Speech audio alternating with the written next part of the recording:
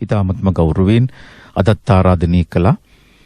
කෑගල්ල පුස්සල ශ්‍රී පුණ්‍යෝදයාරාමාධිපති පූජ්‍යපාද බෙලිගල මිමුරිය ධම්මවංශ අපේ හාමුදුරන් වහන්සේට ඊ타මත්ම ගෞරවයෙන් නමස්කාර පූර්වකව දෙපා නැමද වහන්සේව සසුන ධම්සභාවට පිළිගන්නවා අපේ හාමුදුරනේ. ස්වාමින් වහන්සේ හඳුන්වා දීමට අටුවා ටීකා අවශ්‍ය නැහැ. නමින්ම ස්වාමින් වහන්සේගේ දහම් මඟ පිළිබඳව ඔබ හොඳින් දන්නවා. අද විශේෂිත මාතෘකාවක් අපි හඳුනන්නේ. ඇත්තට මමත් පහුගිය දවසකත් කල්පනා කළා අපි එදිනෙදා භාවිත කරන ගාථා. අපි එදිනෙදා මේ ආගමික චාරිත්‍රවල යෙදීමේදී යම් යම් භාවිත කරන ගාථා මේවා මේ හුඟක් දෙනෙක් කියනවා පමණයි අවබෝධයක් නැහැ ඇත්තටම. ඒ නිසා මම කල්පනා කළා අද විශේෂිත මේ ගාථාවක් මුලික කරගෙන මේ සියලු බුදුවරයන් වහන්සේලාගේ දේශනාව නේද අපි හඳුනන්නේ සබ්බපාපස්සකරණං කුසලස්සුපසම්පදා සචිත්ත පරියෝදපණං ඒතං බුද්ධාන ශාසනං. මේ තමයි සම්බුද්ධ ශාසනය. මම හිතනවා හරිම වටිනා ගැඹුරු ගාථා රත්නයක්. අපේ කාලය වෙන් කරගෙන අපි හඳුනන්නේ අපිට පැහැදිලි කරලා දෙන්න මේ ගාථාවේ තියෙන ගැඹුරාර්ථය. සාලි මහත්මයා ඔබතුමා ඔය වචනේ කියනකොට මට මතක් වෙච්ච තැනකින් මම ඉන්න කැමති පුංචි කෙනෙක් විදිහට. මම හිතන්නේ මගේ තරුණ කාලේ හෝ ළමා කාලේ රාජ්‍ය මාධ්‍යයක් අවසන් වෙනවා. ඔය දැන් ඔබතුමන්ලගේ රංග ශ්‍රී ලංකා කියලා තේමා ගීතයක් යන්නේ WD ආරිසිංහ සූරින්ගේ කටහඬින්. අන්න ඒ වගේ අමරදේව සූරින් තමයි මේ ගාථාව ගාම්භීර හඬින් කියන්නේ අවසන් වෙන්නේ. මේ මාධ්‍ය වැඩසටහන් විකාශනයේ නිමාවටපත් වෙන්නේ මේ ගීතයෙන් මේ ගාථාවෙන්. ඉතින් මට මං හිතන්නේ ඒ කාලේ මට අර පාසලෙන් ඉගෙන ගත්ත ගාථා කීපය වුණාම ඊට වඩා මොකුත් පාඩම් තිබුණේ නැහැ. මේක පාඩම් වුණේ පරයට ඕක අහලා. සබ්බපාපස්සකරණං හරි ලස්සනට කියනවා. ඉතින් ඊට පස්සේ මම දකිනවා මේක බොහෝ දෙනාට පාඩම්. පාඩම් විතරක් නෙවෙයි සිංහල තේරුමකුත් දන්නවා. නමුත් මම නම් ඊතර නතර වෙන්න ලෑස්ති නෑ මේ ගාතාවට. මම මේ ගාතාවේ ඔබතුමා පදේ පදේ දෙනවා නම් පදේ පදේ කතා කරන්න කැමති. එහෙම තමයි අපේ හාමුදුරනේ මේවා මේ එකට පොඩි බැඳලා තියෙන්නේ මේවා චුට්ට ලියා ගන්න ඕන. ඒ තරම් ගැඹුරටම යන්න පුළුවන්. අපි ඔය දැන් මේ සමාජයක පාඩම් කරගත්තට කිව්වට විලීලා විභාගේ පාස් වුණාට ඔබතුමන් මතක් කළ පරිදි මේ සමාජය නොසන්සුන්න්නේ නැහැ ඕක අනුගමනය කළා. එහෙයි අපි හඳුනන්නේ. ඔය ආවේගශීලී වීම කියන එක ප්‍රශ්නයක් ගැටලුවක් නම් විසඳගන්න ඕන තමයි. නමුත් ඒකට කැතිපොළු ගන්න එක ආවේගශීලී වෙන එක සැබෑ බෞද්ධයෙක් සතු ලක්ෂණයක් වෙන්න බෑ. අපි හඳුනන්නේ දැන් ගොඩක් අපි ඵලයල් වගන්නේ දඟලන්නේ නේද? හේතුවක් නිසා අවශ්‍ය නීත්‍යානුකූල පියවර හෝ ගනිමින් අරුණාම මේ මිනිසුන් කවුරුන්වත් කුපිත කරන එක. ගොවියෝ හෝ ගුරුවරු හෝ තවත් වෙන කවුරු හෝ පොලිස් නිලධාරීන් හෝ කුපිත කරනවා කියන එක බුදුසමයේ උගන්වන එකක් නෙමෙයි. මේ කුපිත කරවීමක් නෙවෙයි.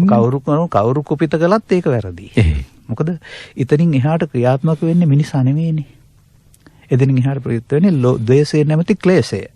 මේ ද්වේෂය නැමැති ක්ලේශයට අග්නියක් කියලානේ කියන්නේ. ද්වේෂ අග්නි. ගින්න කියන එක. ඉතින් ඒ නිසා මේ කාරණාවේදී අපිට මේක දැනගෙන හිටියට මදි මේකෙන් කියවෙන කාරණේ ගැඹුරට යන්න ඕන. එතකොට අපි ඔය හඳුන්වා දීමත් ඔක්කොලා ගනිමු. මම ඊළඟට ගන්නම් මේකේ සාමාන්‍ය අයගේ අර්ථය. සාමාන්‍ය අය පාඩම් කරන් තියෙන හැටි. සියලු පව් නොකළ යුතුය. සමහරට කුසල් රැස් කළ යුතුය නැත්නම් පින් රැස් කළ යුතුය කියලාත් කියනවා මං අහලා තියෙනවා. සිත দমনය කරගත යුතුය. එය සෑම බුදුවරින්ගේම අනුශාසනාවයි කියලා සිංහලට කියනවා. දැන් මට තියෙන ගැටලුව මේකයි.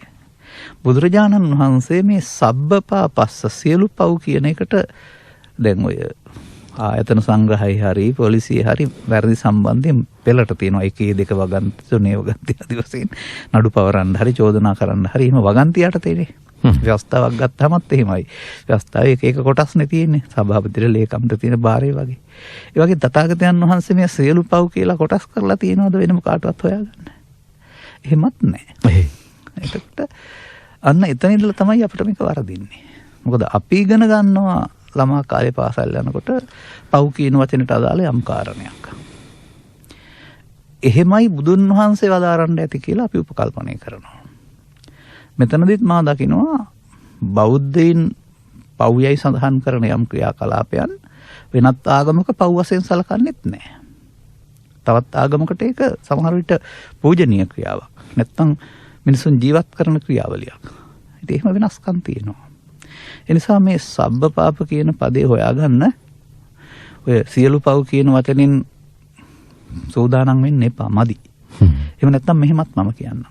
සමහර ගෘහස්ත ජීවිත ගත කරන අපේ තාත්තලා අම්මලා නැත්නම් සහෝදර සහෝදරියන් නිදහසට කරුණු කියනවානේ. අපි මොකටද පන්සල් යන්නේ කිසි පවක් කරන්නේ. හරියට එහෙම කියන අය ඉන්නවා. මේ බැලුවම මේ මත්පැන් බොන්නේ නැති එක. එහෙම නැත්නම් මේ වෙනම වැඩක් කරන්නේ නැති එක මේ පවක් කරන්නේ නැහැ කියලා කියන්නේ. හොරකම් කරන්නේ නැති එක වගේ දෙයක් වෙන්නේ නැති. ඒගොල්ලෝ හිතන්නේ ඒ අර අපි ඉගෙන ගත්ත සතුන් මැරීම, හොරකම් කිරීම, කාම හැසිරීම දස අකුසල් කියන්නේ. ඒ ටිකෙන් එකක් දෙකක් තුනක් කරන්නේ නැතුවම පව් කරන්නේ නැහැ. නමුත් මේ සමාජයේ හරස්කඩක් කරන් බැලුවොත් පංචශීල ශික්ෂාපදයේ පුද්ගලයේ වශයෙන් රකින්න අය කී දෙනෙක් හොයාගන්න පුළුවන්ද බලන්න අන්තිමට. පහම මම කියන්නේ. කොහෙන් හරි ඒ කියන්නේ ඒ ශික්ෂාපදේ කරනවා කියන්නේ වෛරයක් වපුරන සමාජයට. ඒකයි පව් කරනවා. අතුන් මරනවා නම් අතුන් නොමරුවත් හොරකම් කරනවා නම්, හොරකම් නගරුවත් කාමීත්‍යාචාරය දෙනවා නම්, කාමීත්‍යාචාරය නොදුනත් බොරු කියනවා නම්, බොරු නොකීවත් මත්පැන් පානය කරනවා නම්. එතකොට මේ සමාජයේ ඉඳීද ඒ ශික්ෂාපද මට්ටමින් ගත්තාම පවු නොකරන කෙනෙක් හොයාගන්න. හරි අපි හරි සීමා සහිත ප්‍රමාණයකින් ඒ වගේ අරුත හදාගෙන යනවා.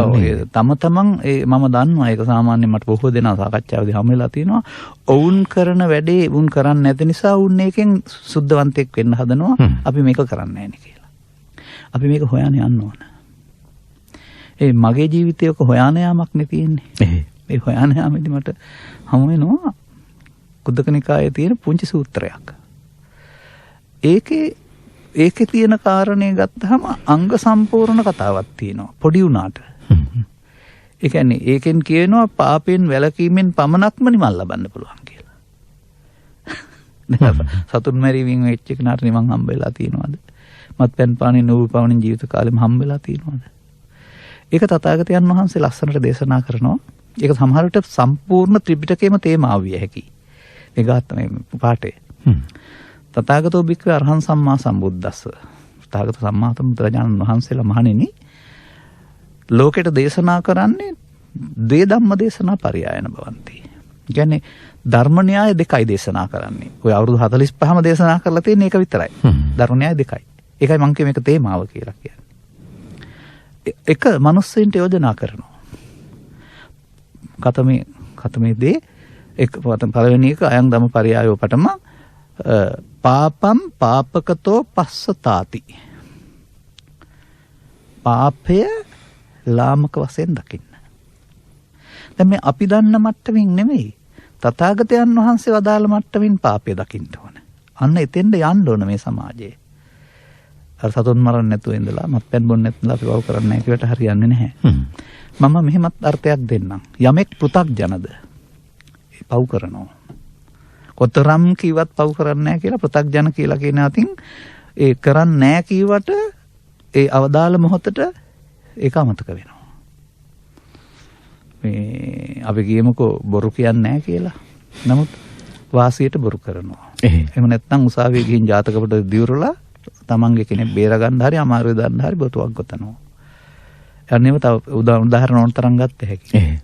නමුත් බුදුන් වහන්සේ වදාරන්නේ පාපය ලාමක වශයෙන් දකින්න ඕන. උපන් මිනිස්සු ජීවත් වෙන මිනිස්සු බුදුන් වහන්සේ වදාළ පරිදි දකින්න ඕන. උන්වහන්සේ වදාළ පරිදි. පාපං පාපකතෝ දිස්වා. පාපේ ලාමක වශයෙන් දැක්කනම් ඊට පස්සේ කරන්න තියෙන ජීවිතේ තත්ත විරජ්‍යත විමුච්ඡත නිබ්බින්දතාති. එයින් පාපතත් තත්ත කියන්නේ එයින් පාපේ නිරජ්‍යත කියන්නේ නොයැලෙන්න. නිබ්බින්දත කියන්නේ මිදෙන්න. විමුච්ඡත මිදෙන්න. නිබ්බින්දත කියන්නේ කලකිරෙන්න. එතකොට පාපයෙන් නොඇලෙන්න, පාපයෙන් මිදෙන්න, පාපේ කලකිරෙන්න. දැන් බලන්න සබ්බපාපස්සා කරණං ගාථාපදයට ගත්තහම මේ දෙක සම්බන්ධ කරන්න පුළුවන් නේද කියලා. එතකොට මිනිස්සුන්ට බුදුන් වහන්සේ වදාරලා තියෙන්නේ පාපේ ලාමක වශයෙන් දැකලා පාපයෙන් මිදෙන්න විතරමයි. වෙන මොකුත් කරන්න දෙයක් නැහැ ආගමික වශයෙන් ගත්තාම. එහෙනම් ඒ දර්ශනයෙන් යුක්තව පාපේ හොයන්න වෙනවා. එතකොට අර ආගම් වලට සීමා වෙන, ශික්ෂාපදයට සීමා වෙන සුළු දෙයක් වෙන්න බෑ. අන්න එහෙමයි මේකට යන්න ඕන. ඒ කියන්නේ අර එතකොට අර බුදුන් වහන්සේ සබ්බපාපස්සා කරණං කියන වචනෙන් සබ්බ කියලා තියෙන්නේ එහෙනම් ඒ සියලු කියන වචනේ මං කිය නිර්ණායකයක් මේවා කියලා වෙන් කරලා නැහැ කියලා. එහෙම වෙන් කරන්න බෑ. කෙලස් කියන ඒවා එක පුද්ගලයාටනේ හටගන්නේ. එතකොට නියත සංඛ්‍යාවක් තියෙන්න බෑනේ. අල්ප වූ කෙලස් ඉහළ වැඩි කෙලස් තියෙනවා කියලා තමයි සත්වෙන්නේ කතා කරන්නේ. අන්න ඒ වගේ මේ පාප කියන අර්ථය මේ දේශනා සූත්‍රය මේකට කියන්නේ මේ දේශනා සූත්‍රයේ පාපයේ ලාමක වශයෙන් දකින්න කිව්ව එකේ පාපය මොකද්ද කියලා බොහෝසේ මම කල්පනා කළා. මොකද මම කල්පනා කරන්න හේතුව ඇත්තටම අපේ මව්පියන් නැත්නම් ගුරුවරුන් නැත්නම් අපේ ස්වාමීන් වහන්සේලා ඔය කියන පාපයන් නොකර සිල්වත් ඉන්නවා හිටියා. මම දැකලත් තියෙනවා අසුරු කරලත් තියෙනවා. ඇත්තටම සාමාන්‍යයෙන් කියන්න පුළුවන් සාමාන්‍යක කියමනට කියන්නේ මේ ලැජ්ජාවක් බයක් චකිතයක් නැතුව වඳින්න පුළුවන්. තාත්තා හරි අම්මා හරි ගුරුවරයා හරි ස්වාමීන් වහන්සේ හරි එහෙම කියන්නේ. නමුත් මම දකිනවා එහෙම හිටියත් ඒ අය පෘථග්ජනයි. බුදුදහමේ ගැඹුරට ඊට එහාට යන්න හැකියාවක් නැහැ. අන්න ඒ මා දුටු කාරණා තමයි මේ පිළිබඳව ගැඹුරින් හොයන්නට උනන්දු කළේ. එවිට මෙන්න මෙහෙම පදයක් හමු වෙනවා අංගුත්තර කුද්දක නිකායේ සගාථා වර්ගයේ තියෙන සූත්‍ර දේශනා ගණනාවක. උපාදානේ බයං දිස්වා ජාති මරණ සම්භවේ. සත්වයාට ජාති මරණ දුක් ගෙනත් දෙන්නා උපාදානය කියන එක බියක් වශයෙන් දැක අනුපාදා විමුච්ඡanti. උපාදානෙන් මිදෙන්න පුළුවන් නම් ජාති මරණ හිමි වෙන්නේ නැහැ. දැන් මේකෙ පෙන්වන්නේ මොකද්ද? උපාදානයේ වීම සහ උපාදානෙන් මිදීම. එතකොට මිනිසුන් අතෙන් සිදුවෙන වරද තමයි ජීවත් වෙන්න ගිහින් බුදුදහම බුදුබණ හම්බුනේ නැත්තම් ගැඹුරට උපාදානයේ වීම මිනිසුන් අතෙන් සිදුවෙන වැරද.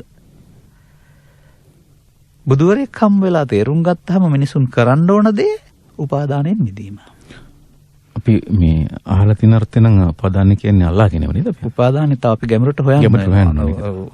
එතකොට උපාදානය කියන එක මේ මිනිසෙක් වශයෙන් පුද්ගලයෙක් වශයෙන් තේරුම් අරගන්න අමාරුයි. අපිව බෙදා ගන්න ඕන. ඒ කියන්නේ ජීවිතේටම එක සැරයක් වෙන එකක් නෙවෙයි මේක. දවසට එක සැරයක් වෙන එකක් නෙවෙයි. ඇසෙන් කනෙන් නාසයෙන් දිවෙන් කයෙන් හෝ සිතින් ගන්නා අරමුණක් තුළ සිදුවෙන දෙයක්. එතකොට ජාති මරණ හම්බ වෙන්නේ කාටද බලන්න.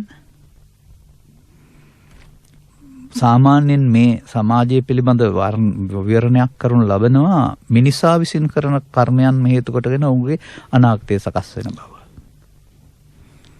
එතකොට පාප කර්මයේ උපාදානය වුණොත් පවෙන් පරලෝකස් කාම දුගතිය.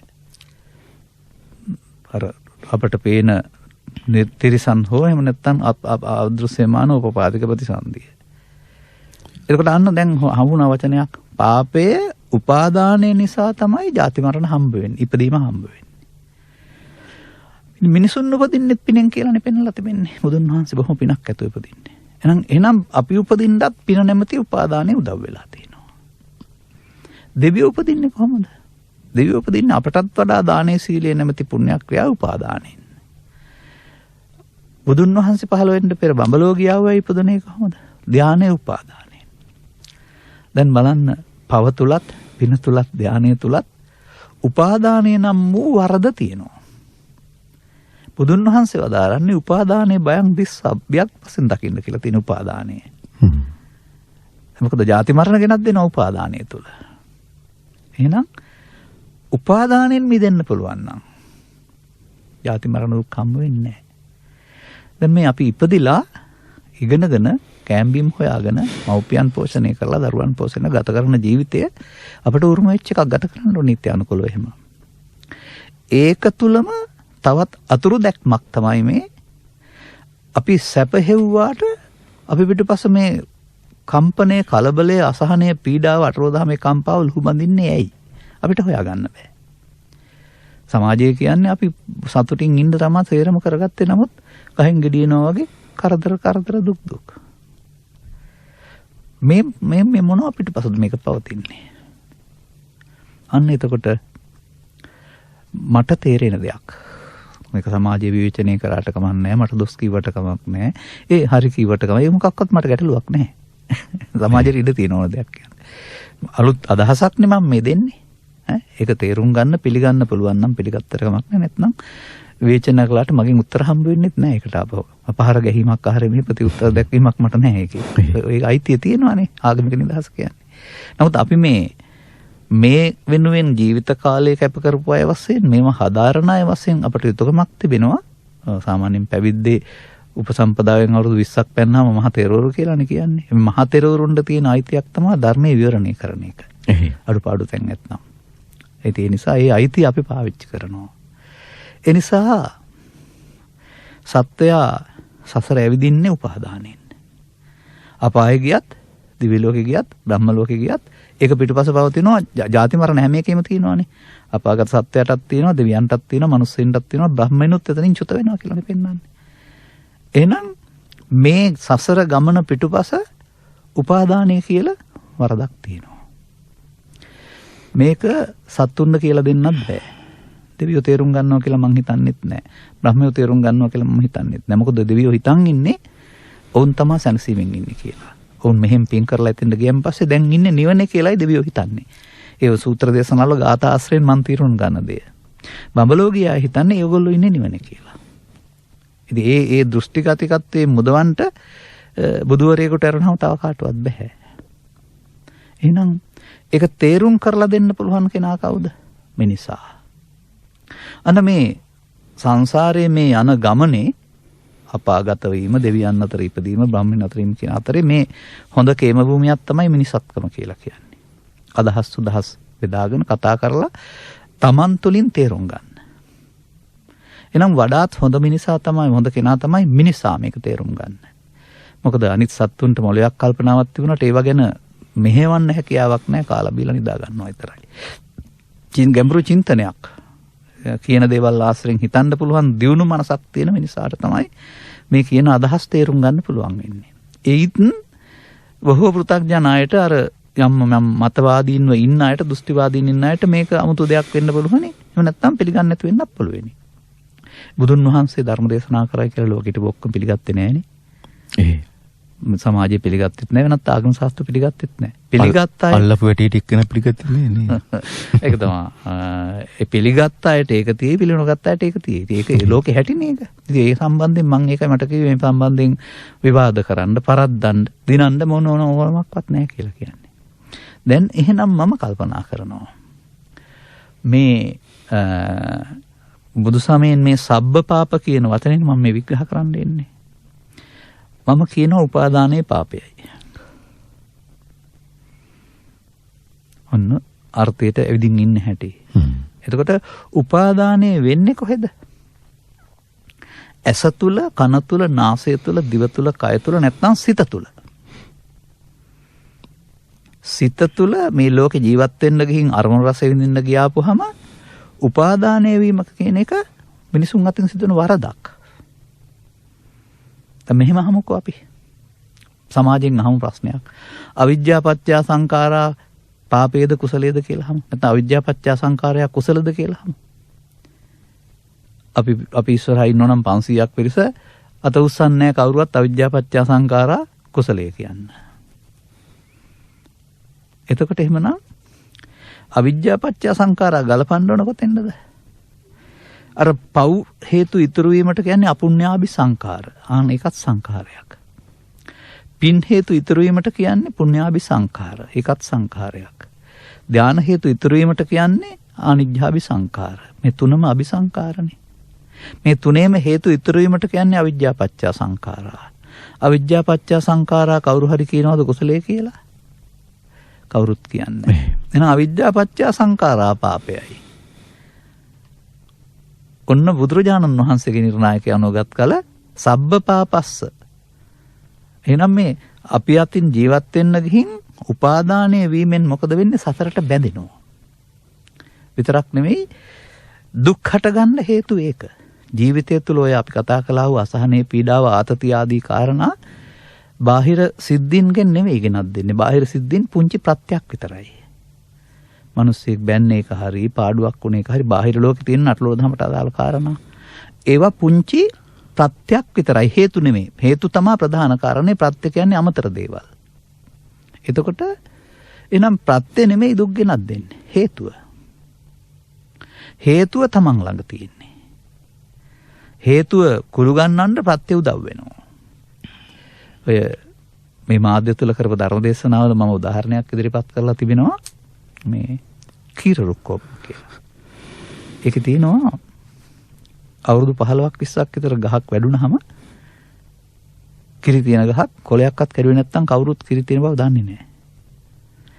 ඊට පස්සේ කිටේරියක් අරන් ගිහින් මේකට කෙටුවාම පස්පලකට පස්පලෙන් එන්නේ ගහ ඇතුලේ තියෙන කිරි කියලා.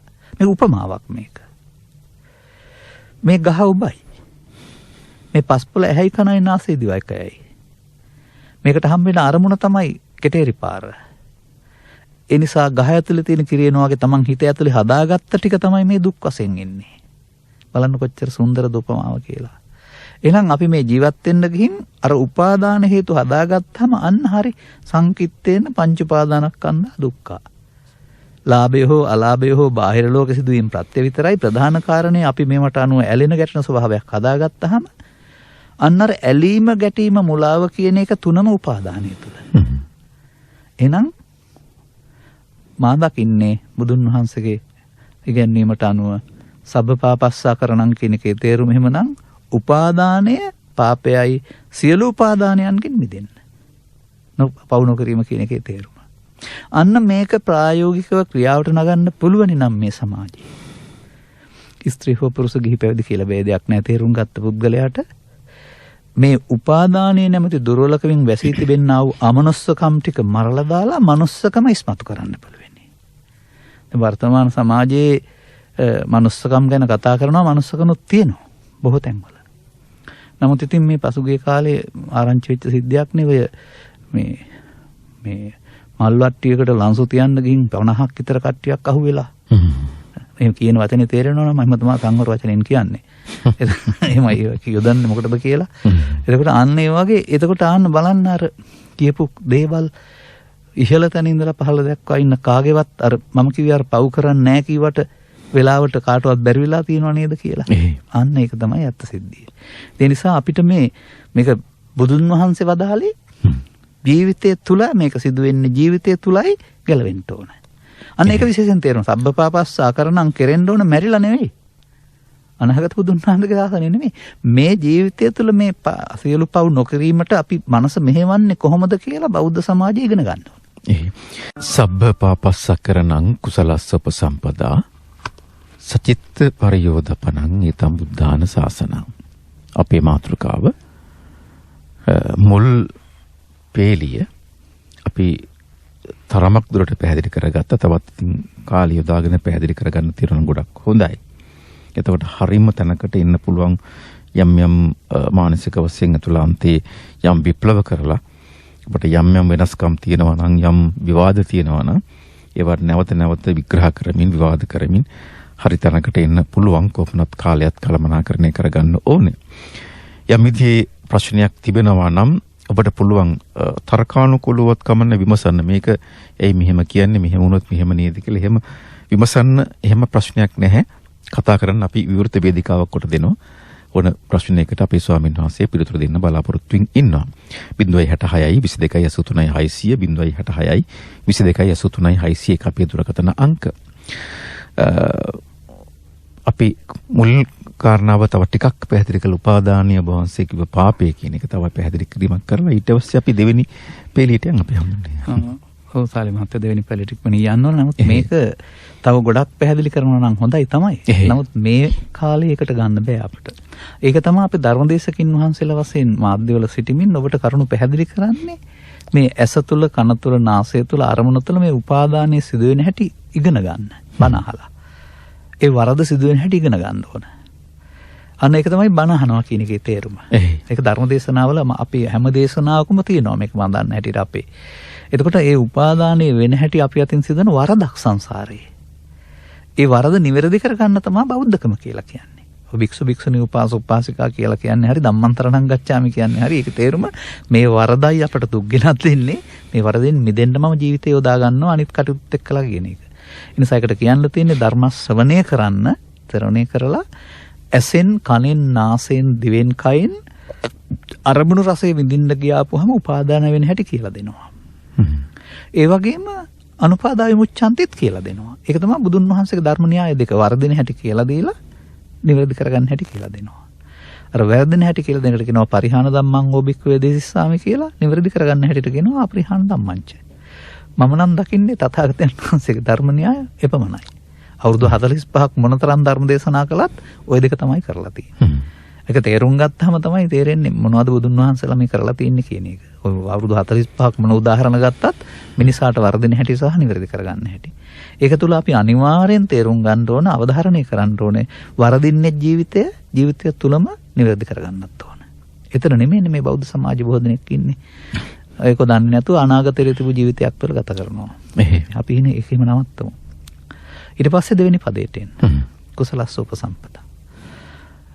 ඔය ධර්මදේශකින් වහන්සේලාත් නැති ධර්මශාලාවක් තියෙනවානේ.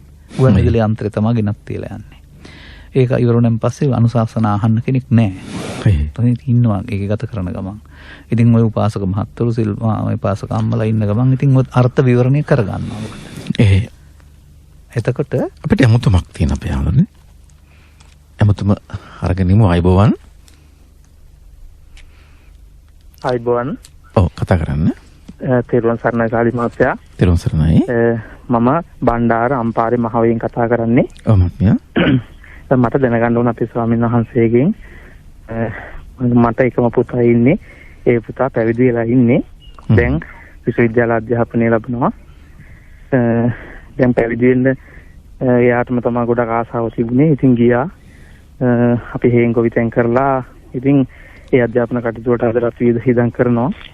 මුත් විශ්වවිද්‍යාලයට ගියාට පස්සේ ගොඩාක් වෙනස් වුණා. මේ දැන් ඉතින් ගෙදර එහෙම අපි බලන් දෙන්නෙත් නෑ. නමුත් අපි ටීවී එකෙන් දකිනවා උද්ඝෝෂණ කරනවා, කෑ ගහනවා. ඉතින් අපට හරි දුකයි. ගමේ අය අපට කියනවා මේ බණ්ඩාර මාම පොඩි හාමුදුරුවෝ ටීවී එකේ ඊයේත් පෙන්නවා. එහෙම කියලා. ඉතින් ඒ දකින්න විදිහ ගැන අපි මටත් වඩා නෝනා ගොඩාක් හිතේ වේදනාවෙන් ඉන්නේ. ඉතින් අපි අහලා තියෙනවා පිනක් තියෙන්න ඕන කියලා පැවිදි වෙන්න. ඉතින් පැවිදි වෙලා ඊටසේ සමහරු සිවුරු ඇරලා යනවානේ. පින ඉවරලා කියන්නේ. එතකොට දැන් මේ අපේ පොඩි හාමුදුරුවෝ තාම සිවුරෙම ඉන්නවා. ඉතින් එතකොට මේ කරන කටයුතු ඇත්තටම සාසනෙ ගැලපෙන්නේ නැහැ කියලා දෙමෝපිය වශයෙන් අපිටම හිතෙනවා. ඉතින් මේ මගේ ස්වාමීන් වහන්සේගෙන් දැනගන්න ඕන ධර්මානුකූලව අපිට දැන් හිත හදාගන්න අපි මොකද්ද කරන්නේ? ඇත්තටම මේ ලොකු ප්‍රශ්නයක් මේක මේ අර සංවේදී කාරණාවක්. ඉතින් මේ අපි සමාජයෙන් අපට එච්චර හොඳ ප්‍රතිචාර නෙවෙයි ලැබෙන්නේ. ඉතින් ඉස්සර වගේ අපට ගෞරවයකුත් නැහැ, අපට කතා කරන්නෙත් නැහැ වැඩිය. ඉතින් මේ අර එක්තරා දේශපාලන පක්ෂයක ක්‍රියාකාරීකෙක් වෙලා ඉන්නේ. ඉතින් ඇත්තටම මේ අපි මොකද කරන්න ඕනේ? ඉතින් අපි කොහොමද හිත හදාගන්නේ? උන්වහන්සේට එහෙම උනේ ඇයි කියලා දැනගන්න ඕනේ. තෙරුවන් සරණයි. තෙරුවන් සරණයි. ඔබතුමන්ට මාතෘකාවට අදාළ නොවුනත් අපි අදාළ කරගෙන උත්තරයක් දෙමු. මේ උත්තරය දෙන්න ඕන. එහේ අපි ඔබතුමාගේ පීඩනය මට තේරෙනවා. මේක මම මෙහෙමයි විග්‍රහ කරන්නේ. මේ අධ්‍යාපනයේ නූතනයේ දරුවන්ට දෙන පාසල් අධ්‍යාපනයේම තමයි පිරිවෙන් අධ්‍යාපනය කියන්නේ. පාලි ටිකක් වෙනම ඉගෙනුවාට මේ අධ්‍යාත්මිකය හදාගන්න පැත්ත පිළිබඳව ගැඹුරක් නැහැ. එතකොට ආපහු ආයෙත් ගිහින් වැටෙන්නේ විශ්වවිද්‍යාල කියන්නේත් ගිහි පැවිදි ඔක්කොම ඉන්න තැනට. එතකොට අර ශික්ෂාපද සංවරයෙන් හිටපු භික්ෂුන් වහන්සේට මේ විශ්වවිද්‍යාල අධ්‍යාපනයේ අසීමිත නිදහසක් හම්බ වෙනවා. එතකොට අර පු탁ජන භාවය තුළ දෙච්ච සංයමයේ බිඳී යනවා. මේ මෑතදී රටේ වැදගත් හිමිනමක් මේ පිළිබඳව ගුවන්විදුලි දේශනාවක් කරමින්ම නායක හිමිවරුන්ට අවධාරණය කළා. මේ යන රටාවේ ප්‍රතිඵල පේනවා නේද? විරිවෙන් අධ්‍යාපනයේ ධර්මයට නැඹුරු කරන රසාවල් ගන්න පැත්තට යවන්නේ නැතුව කියලා. කිරම ජෝතිසාන්නාන්සේ ධර්ම දේශනාව කළේ. ඔය නමත් එක්ක කියන්නම් උන්වහන්සේ වටිනවනේ කියන්න වටිනවනේ. ධම්සතර සුපහනි දේශනාවක් කරමින්. එතකොට අන්න ඔය යන්නේ කොහාටද? ආපහු ලෞකිකේ පැත්තට. ස්වාමීන් වහන්සේ නමක් වෙලා හිටියට ආපහු දැන් ගිහින් තියෙන්නේ අර දේශපාලන ලෝකෙට. එතකොට දැන් සිවුරෙන් හිටියට ඇතුළතින් ඉන්නේ අර සාමාන්‍ය ගිහි කෙනෙක් කියලා. ඔන්න ඔතන තියෙන්නේ. ඒ නිසා පුළුවනි නම් ඊට පස්සේ ධර්මයේ පැත්තට යොමු කරලා සිවුරේ ඉන්න කැමති නම් ධර්මයේ පැත්තට යොමු කරන එකයි කරන්න ඕන. මේ අම්මලා තාත්තලා වශයෙන් ගත්තල ඔය බුද්ධාගම් පොත ඉගෙන ගත්තට මේ අපි කියන ධර්මයේ අපිත් ඉගෙන ගත්තානේ ඕක. පාසලේ ධම්පසලේ පිරින ඔක්කොමත් ඉගෙන ගත්තා. නමුත් ඒක නෙවෙයිනේ අපි දැන් ගැඹුරට ආදාරලා තියෙන්නේ. ඒ නිසා අර දැනීම නෙවෙයි දැනුමට එහා ගිය දැක්මක් තියෙන්න වෙනවා. එතකොට කැමැත්තෙන් පැවිදි වුණා නම් බුදු සසුනට මෙහෙවරක් කරන්න තියෙනවා නම් එහෙනම් ඔය දේශපාලන පක්ෂයක මෙහෙවරකට වඩා බුදු සසුනේ මෙහෙවර කරන්න තියෙනවා මිනිස්සුන්ට. ඒ පැත්තට යොමු කරවන්න බලන්න වෙනවා. එහෙමත් නැත්නම් ඉතින් අර පිනවරණ කියන කතාවත් ඇත්ත. මොකද පොඩි ස්වාමීන් වහන්සේලා ආසාවෙන් පැවිදි වෙලා මුල් කාලේ තමයි ඔය දේවල් වන්දනාමාන කිරීම ඔක්කොම කරන්නේ. තරුණ වයසට එනකොට පිරිත් කියන එක බණ කියන එක ඕවා ඇත්තට ආසාවෙන් කරන්නේ නැහැ බොහෝ දෙනෙක්. ඒකට අර පින්කම් වල යෙදෙන්නේ නැතුවම ගෙවෙන පින ගෙවෙනවානේ. එතකොට අර අනිත් පැත්ත මතුවෙලා ආපහු යන්න හිතෙනවා. ඉතින් ඒ නිසා එහෙම වුණත් දැන් හිත හදාගන්න තමයි මව්පියන්න වෙන්නේ. නමුත් මම ඒකට කැමතිත් නැහැ. මාත් කැමති සඳවන්ද ශාසනය තුල එතනින් උපාදියෙන් පස්සේ හරි අධ්‍යාත්මිකට යොමු කරලා මේ මොකක්ද අපි කතා කරන සබ්බ දුක්ඛ නිස්සරණ පදයකින් පැවිදි වෙලා තිබෙන්නේ. ඒ පැත්තත් හොයන්න කියලා. ඔය පැත්ත හෙව්වා වගේම දේශපාලන විසඳුම් හෙව්වා වගේම සාමාන්‍යයෙන් මම මේ සමාජයේ 65 70 ඉඳලා දේශපාලනඥයන් ස්වාමීන් වහන්සේලා විශ්වවිද්‍යාල මුල් කොටගෙන උද්ඝෝෂණ ව්‍යාපාර ගෙනිච්ච හැටි මේ රට පෙරලන්න මහන්සිච්ච හැටි දකිනවා. සේරම විශ්වවිද්‍යාලෙන් නිදහස් වෙලා ගිහින් නතර වෙන්නේ ආයෙත් අර එක එක ධනවාදී අරවා මේවා වාදී කල්ලිවල. අර සමාජවාදී මොකක්වත් නැහැ ආයෙත් අරවට මුක්කු ගන්නවා. ඒ නිසා මේක හොබියක් වගේ මම දකින්නේ. හොබිය කියන එක තේරෙනවා විනෝදාන්තයක් වගේ ඒ කාලේට කරන්න ඕනේ වැඩක් වගේ. ඉතින් ඒ නිසා ඒවා අර්ථවත් දේවල් නෙමෙයි. ඒ අනිත් ඒකේදී අර කරන්නේ කුපිත කරන එක. ඔය කාලෙන් පස්සේ වෙනස් වෙන්නත් පුළුවන් නේද? වෙනස් වෙනවා නම් හොඳයි. ඒ තමනුත් කුපිත වෙනවා අනුත් කුපිත වෙන එක. ඉතින් අර සදහවත් බෞද්ධයෝ මේක අනුමත කරන්නේ නැහැ. කරන්න දෙයක්වත් නැහැ බලන් ඉන්නවා. අපිට වේදනාවක් නිදහස තියෙනවානේ. විශ්වවිද්‍යාල කියන්නේ නිදහස් තැනක්. ඉතින් ඒ නිසා ඒක මව්පියන්ට මම මතක් කරන්නේ යාර පැත්තට යොමු කරන සාසනික බුද්ධ පුත්‍රයෙක් කරගන්න පුළුවන් නම් උගත්කම අවශ්‍යයිනේ. ඉගෙන ගන්න එපා. ඒ කියන්නේ අපි කාටවත් ඉගෙන ගන්න ඕන හැමෝම. ඉන්හාට ඒ හැකියාව යොදන්න ඕන. අර දේශපාලනයෙන් කරන මෙහෙවරට වඩා මිනිසුන් දුකින් මුදන මෙහෙවරට Taman තේරුම් අරන් කටයුතු කරන එක. පැත්තට යොමු වෙන්න ඕන. එහෙම නැත්නම් ඉතින් හොඳ පුරවැසියෙක් විදිහට ජීවත් වෙවි. එතෙන් ඉතින් මව්පියන්ට හිත හදාගන්න වෙනවා මෙයාගේ ඉරණ මේ කරලා තියෙන එක නම්. එතන තියෙන උත්තරේ හිත හදාගන්න පුරුදු වෙන්න. අරලෝ දහම කියන එක කාටවත් බලපානවා. මම එහෙම වෙන්න එපා කියලා මේ අම්මට තාත්තට ප්‍රාර්ථනා කරන්නේ. මොකද මමත් කැමතියි දරුවෙක් ශාසනයට කැටනවට. එහෙම වේවායි කියලා මගෙත් බලාපොරොත්තුව. නමුත් අර එහෙම වුණත් මට මතකයි මම දන්න දරුවෙක් වගේ සසනේ පැවිදිලා හිටියා. ඔහු උකට ලිවිගෙන යනවා බව තේරෙලා මට අම්මා තාත්තා කතා කරලා කිව්වා. ස්වාමිනී එන්නයි හදන්නේ ගෙදර එන්න එපා කියන්න කියලා. නමුත් මම එපා කිව්වට හරි ගියේ ආවා. ඒක දරාගත්තනේ ඒගොල්ලෝ ඊට පස්සේ. දරා ගන්නත් ඕනේ. සමහරට අවුරුද්දක තුලින් පස්සේ චීවරයේම ඉඳගෙන බොහොම යහපත් පැත්තට හොඳ ඇසුරක් ලැබුණොත් පුළුවන් නේ ස්වාමීන් වහන්සේ. හොඳ ඇසුරක් ලැබුණොත් ධර්මය ඇහුණොත් වෙනස් වෙන්න පුළුවන්. මොකද දැනටත් මම දන්නවා ස්වාමීන් වහන්සේලා සලීමහලත් මතකනේ එදා ස්වාමීන් වහන්සේ දෙනමක් මාත් එක්කලා මේ ධර්මය අහන්න ඇවිදින් හිටියා. ඒ වගේ ස්වාමීන් වහන්සේලා මේ සම්මතේ ඉක්මවා ගිහින් ගැඹුරට හොයන පිරිසක් ඉන්නවා. උන්වහන්සේලා අර්ථ දෙන්න කියලා එදත් මගෙන් කාරුණික ඉල්ලුවේ උන්වහන්සේත්. ඒ නිසා එහෙම වේවා කියලා අපි ප්‍රාර්ථනා කරමු. මෙහි අපි හදන්නේ මාතෘකාවට එමු ස්වාමීන්. මාතෘකාව. දැන් ඊතන මම කියමින් හිටියේ මේ අම්මලා කුසලස්ස උපසම්පදා කියන පදේ පින් රැස් කළ යුතුයි. කුසල් රැස් කළ යුතුයි කියලා තමයි සිංහලෙන් පාවිච්චි කරන්නේ. නමුත් ඒ වුන් කුසල් කියලා කියන්නේ පින්වලට. මොකද අපි මේ සමාජයේ පව් කරන්න එපා පින් කරන්න කියන එකනේ කරන්නේ. පිනටනේ අපි කුසලයේ කියලා කියන්නේ. සමාජය හුරු වෙලා තියෙන පිනට කුසලයක් කියන එක. ඒ නිසා මේක ගන්නවා මේ පව් කරන්න එපා පින් කරන්න කියලා. එතකොට අර පව් කරන්න එපා කියන එකත් අර සතුන් මරන්න එපා කියන තරහට වෙලා තියෙනවා. අර උපාදානයෙන් මිදෙන්න උපාදානෙ වෙන්න එපා කියන එක නෙවෙයි. එතකොට නොගැඹුරු වෙලා අර්ථය. දැන් මෙතනත් පින් රැස් කරන්න නේ උපසම්පදා කියන වචනේ පින් කුසල් රැස් කරන්න කියලා තියෙනවා. නමුත් කුසල් පදේ හොයා ගන්න වෙනවා. මේ කුසල කියන පදේ තේරුම දක්ෂ කියන එක. එතකොට අපි කුසලතා කියන්නේ කුසලතා කියන පදේ ඇවිදින් තිනෙත් එහෙමනේ. එතකොට අපි දන්නවනේ දස අකුසල් කියලා. දැන් දස අකුසල් අපිට කියන්න පුළුවන්. සතුන් මැරීම, හොරකම් කිරීම ආදී වශයෙන් 10ම කියන්න පුළුවන්නේ. දානේ, සීලේ, භාවනා, දස පුණ්‍යක්‍රියා කියන්නත් පුළුවන්. හොඳයි දස කුසලයේ නම් කරන්න කිව්වොත් එහෙම කාට හරි වෙනම 10ක් තියනවද?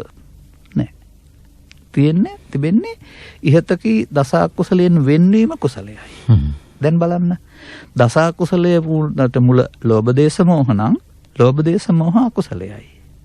අකුසලයෙන් වෙන්වීම කුසලයේ නේද? ඒක ලෝභ දේශ මොහ වලින් වෙන්වීමටනේ කුසලය කියලා කියන්නේ. අන්න ඒ අර්ථයෙන් නෙමෙයිනේ සමාජය ගන්න. පව් රැස් කිරීමෙත් දේශ මොහ තියෙනවා. පින් රැස් කිරීමෙත් දේශ නැතත් ලෝභ මොහ තියෙනවා. ධාන කුසල රැස් වීමෙත් මොහ තියෙනවානේ. ඔය කාම ලෝකෙට ලෝභ නැති වුණාට එතනත් රූප රාග අරූප රාග මනුද්දච්ච අවිද්‍යාව කියන්නේ මුලාවක්. එතකොට බුදුදහමේ පෙන්වන ගැඹුරු අර්ථයෙන් ගත් කල අකුසලයෙන් වෙන්නේ මේ කුසලය. අර අපි කතා කරන පෘථග්ජන මට්ටමට හරියන්නේ පින් රැස් කිරීම.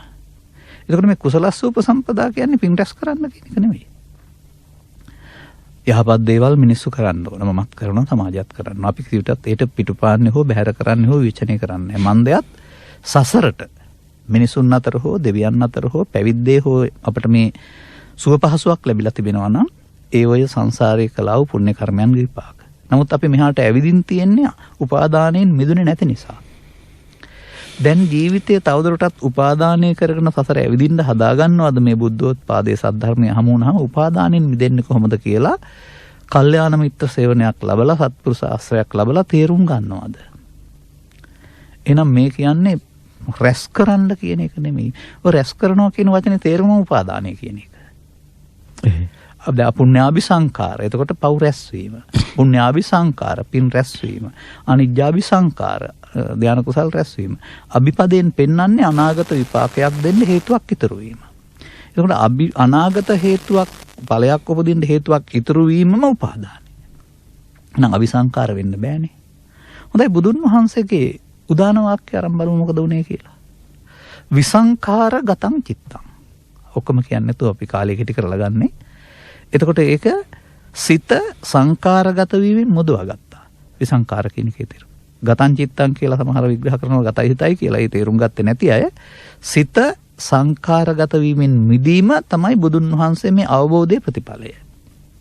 එහෙනම් සත්වයා සසර ඇවිදින්නේ මොකක් නිසාද? සිත සංකාරගත කරගෙන. අපුණ්‍යාභි සංකාරගත කරගත්තත් සසර ඇවිදින්න වෙනවා. පුණ්‍යාභි සංකාරගත කරගත්තත් සසර ඇවිදින්න වෙනවා. අනිජ්ජාභි සංකාරගත කරගත්තත් සසර ඇවිදින්න සිද්ධ වෙනවා. වෙනස කාම රූප අරූප නැත්නම් කාම දුගතිය කාම සුගතිය රූප අරූප. භවගාමි. ඒ සංඛාරගත කරගෙන භවගාමි වෙන්න පුළුවන් වෙන්නේ. නමුත් මේ බුදුවරු දේශනා කරපු ධර්මයේ මේ ගාථාවේ තියෙනවා නම් ඒක සසර ඇවිදින සසර හිරගේ තුර ඇවිද්දෝන එකක් වෙන්න බෑනේ මේ ගාථාවේ අර්ථය. මොකද මේක ත්‍රිපිටකේ නැත්නම් අපි පාවිච්චි කරන ගාථා අතර තියෙන සුපිරිම ගාථාවක්. අර්ථය අතිශය සුන්දර ගාථාවක්. ඉතින් ඒ නිසා අපට ඒක තේරෙන්න ඕන මේ කුසලස්ස උපසම්පදා කියන එකේ තේරුම පින් රැස් කරන්න කියන එක නෙමෙයි. අකුසලයෙන් වෙන්වීමේ කුසලයේ කරන්න.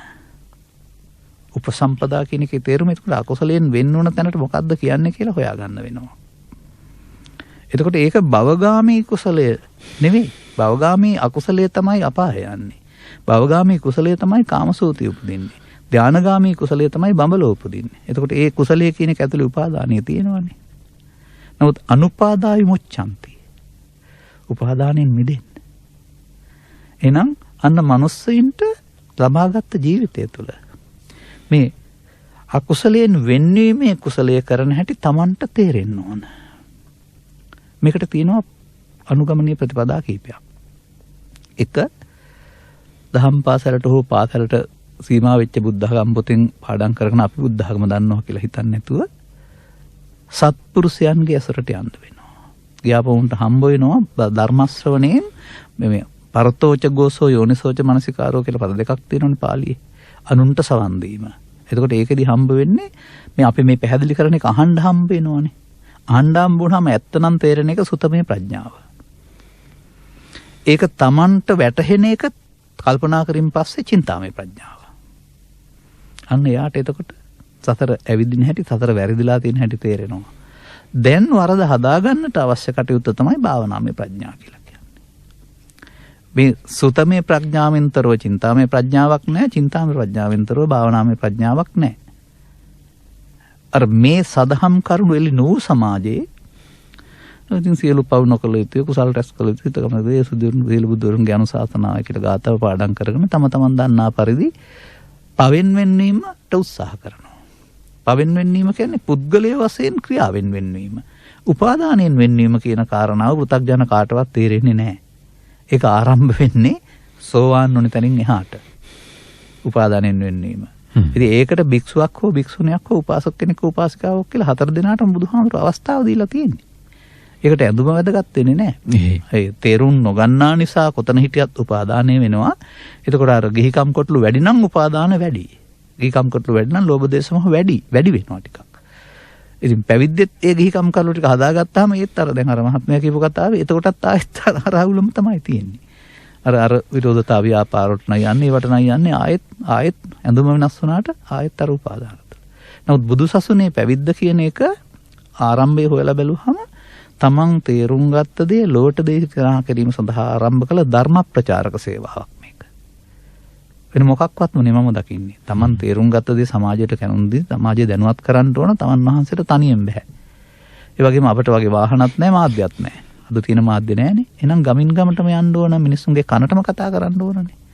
ඒ නිසා උන්වහන්සේ මේ සත්‍ය බෙදා හැරීම සඳහා යොදාගත්ත ධර්ම ප්‍රචාරක සේවාවක් තමයි මේ භික්ෂුන්ගේ චාරිකා කියලා කියන්නේ.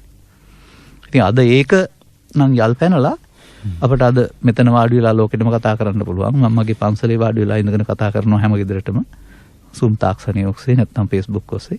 ඉතින් අද මේ පහසුකම් පාවිච්චි කරන්න තියෙන්නේ. මේ පහසුකම් ගැන කතා කරනකොට මා දන්න මහත්මයෙක් කිව්වා මේක දෙපැත්ත කැපෙන කඩුවක් කියලා. වැරදි පැත්තට අරන් විනාශ වෙන්නත් පුළුවන් සමාජයට. දැන් අපි කරන දේ හොඳ පැත්තට සමාජය හරවන එක. හැම දෙයක්ම එහෙමනේ. ඔව්. මාධ්‍යවල අනිත් පැත්තට ගිහින් විනාශ වෙන එකත් පත්‍ර වාර්තා තියෙන එක එක්කෙනා. වචනත් එහෙමයි. ඔව්. ඒ නිසා අන්න අපි මේක පාවිච්චි කරන්න ඕන. ඒ නිසා කුසලස්ස උපසම්පදා පදයෙන් පෙන්වන්නේ අර අකුසලයෙන් වෙන් වෙන්න ඕන. මෙතනම තමයි අකුසලයේ සිදුවීම, මෙතනම තමයි එයින් මිදීම. මේ අකුසලයේ සිදුවීමට තමයි බුදුරජාණන් වහන්සේ පමාව කියලා තියෙන්නේ. අරමුණ තුල, ඇස තුල, කන තුල, නාසය තුල අරමුණ තුල මේ සසරට බැඳීමට තමයි පමාව කියලා කියන්නේ. එතනම තේරුම් ගත්ත පුද්ගලයාට නොපමා වෙන්න පුළුවන්. පමාදෝ මච්චනෝ පදං අපමාදෝ අමත පදං හරිනේ. මේක මහ විශාල දෙයක් නෙමෙයි. නමුත් මේ සියුම් තැනට හැමෝම එන්න ඕන අවබෝධයෙන්. තේරුම් ගත්තාම මේකේ මහ ලොකු දෙයක් වශයෙන් නෑ. අපි පොත් 56ක් තිබුණාට අවුරුදු 45 ධර්ම දේශනා කළාට බුදුන් වහන්සේ ඔබට පුළුවන් නම් පමාව සහ නොපමාව තේරුම් ගන්න. එහෙනම් ජීවිතේ ඔබට බණ තේරෙන්න ඉස්සෙල්ලා ඔබ පමාව වෙයි. දැන් තේරුණා නම් නොපමා වෙන්න උත්සාහ කරනවා. එහෙනම් ජීවිතේ ඔබ නැත්තම් උපාදානය කරගත්ත කෙනෙක්. දැන් උපාදානෙන් මිදෙන්න ගන්නවා.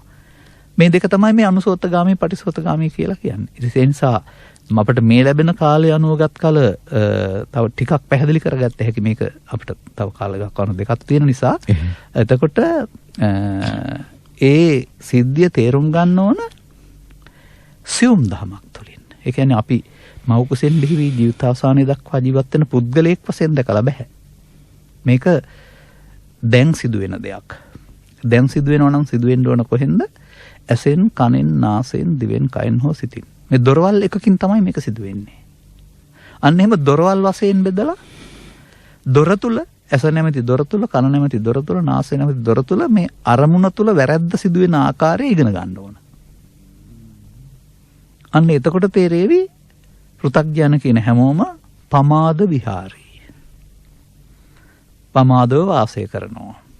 ඒ නිසා තමයි මොනතරම් සම්පත් තිබුණත්, මොනතරම් සැපහෙව්වත් අර උපාදානීය දුකින් මිදෙන්න බැරි.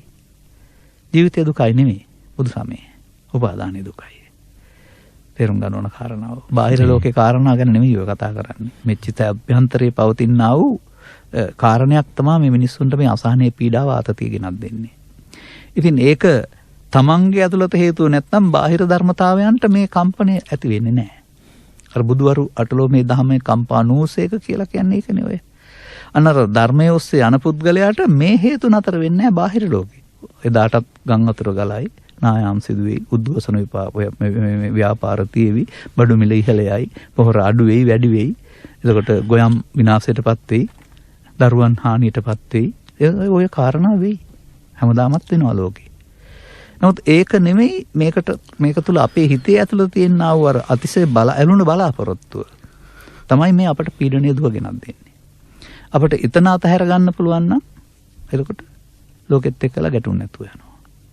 අනේ ලෝකෙත් එක්කලා ගැටුම් නැතුව. නමුත් අපි දැන් අද දකින්නේ හැම තැනින්ම ලෝකෙත් එක්ක ගැටුම්. ගොවියා වැව තුල වතුර බෙදා ගන්න. ගොවියා රජයත් සමග, සේවකයා රජයත් සමග, ස්වාමියා සමග.